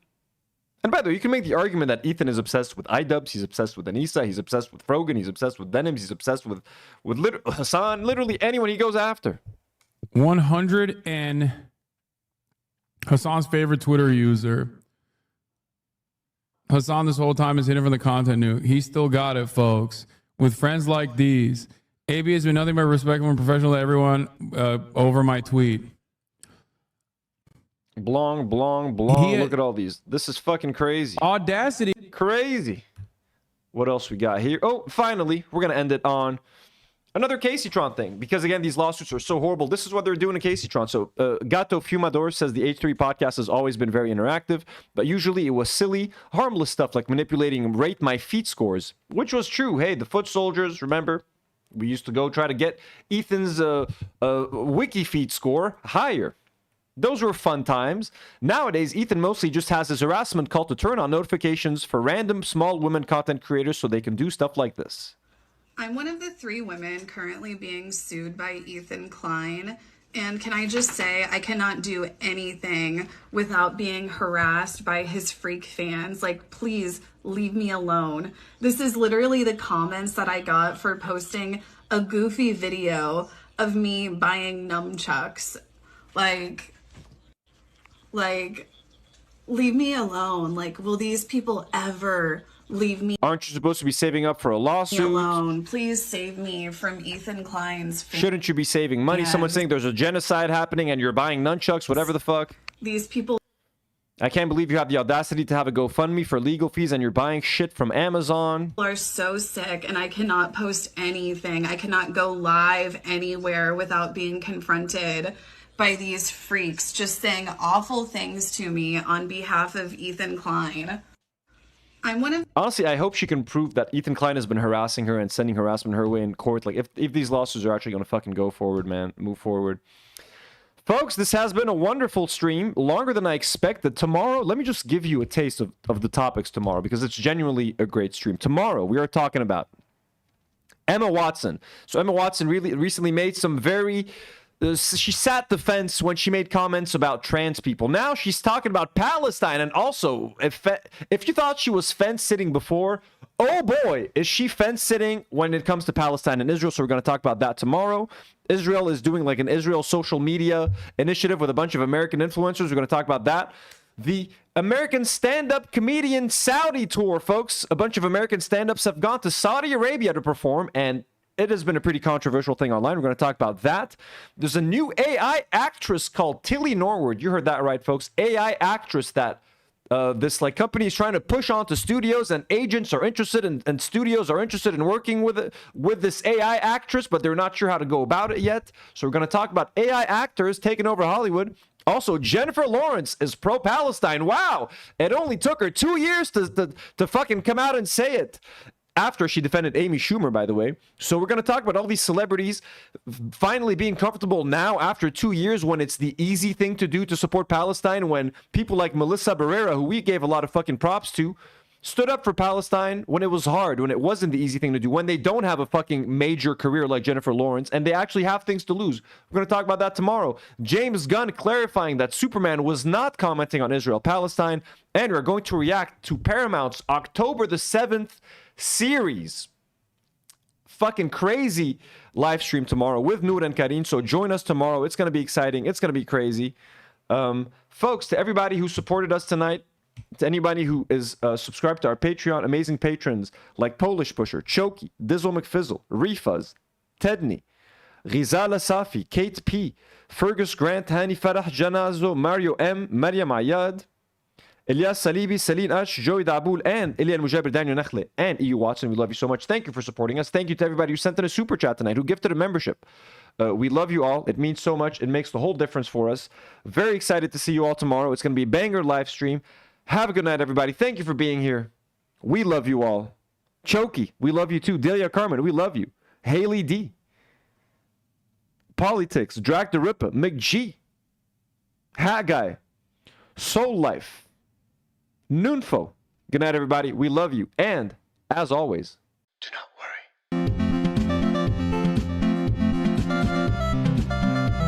Like the stream, folks. Like the stream now. Like it, like it, like it. Peace out. Do not worry.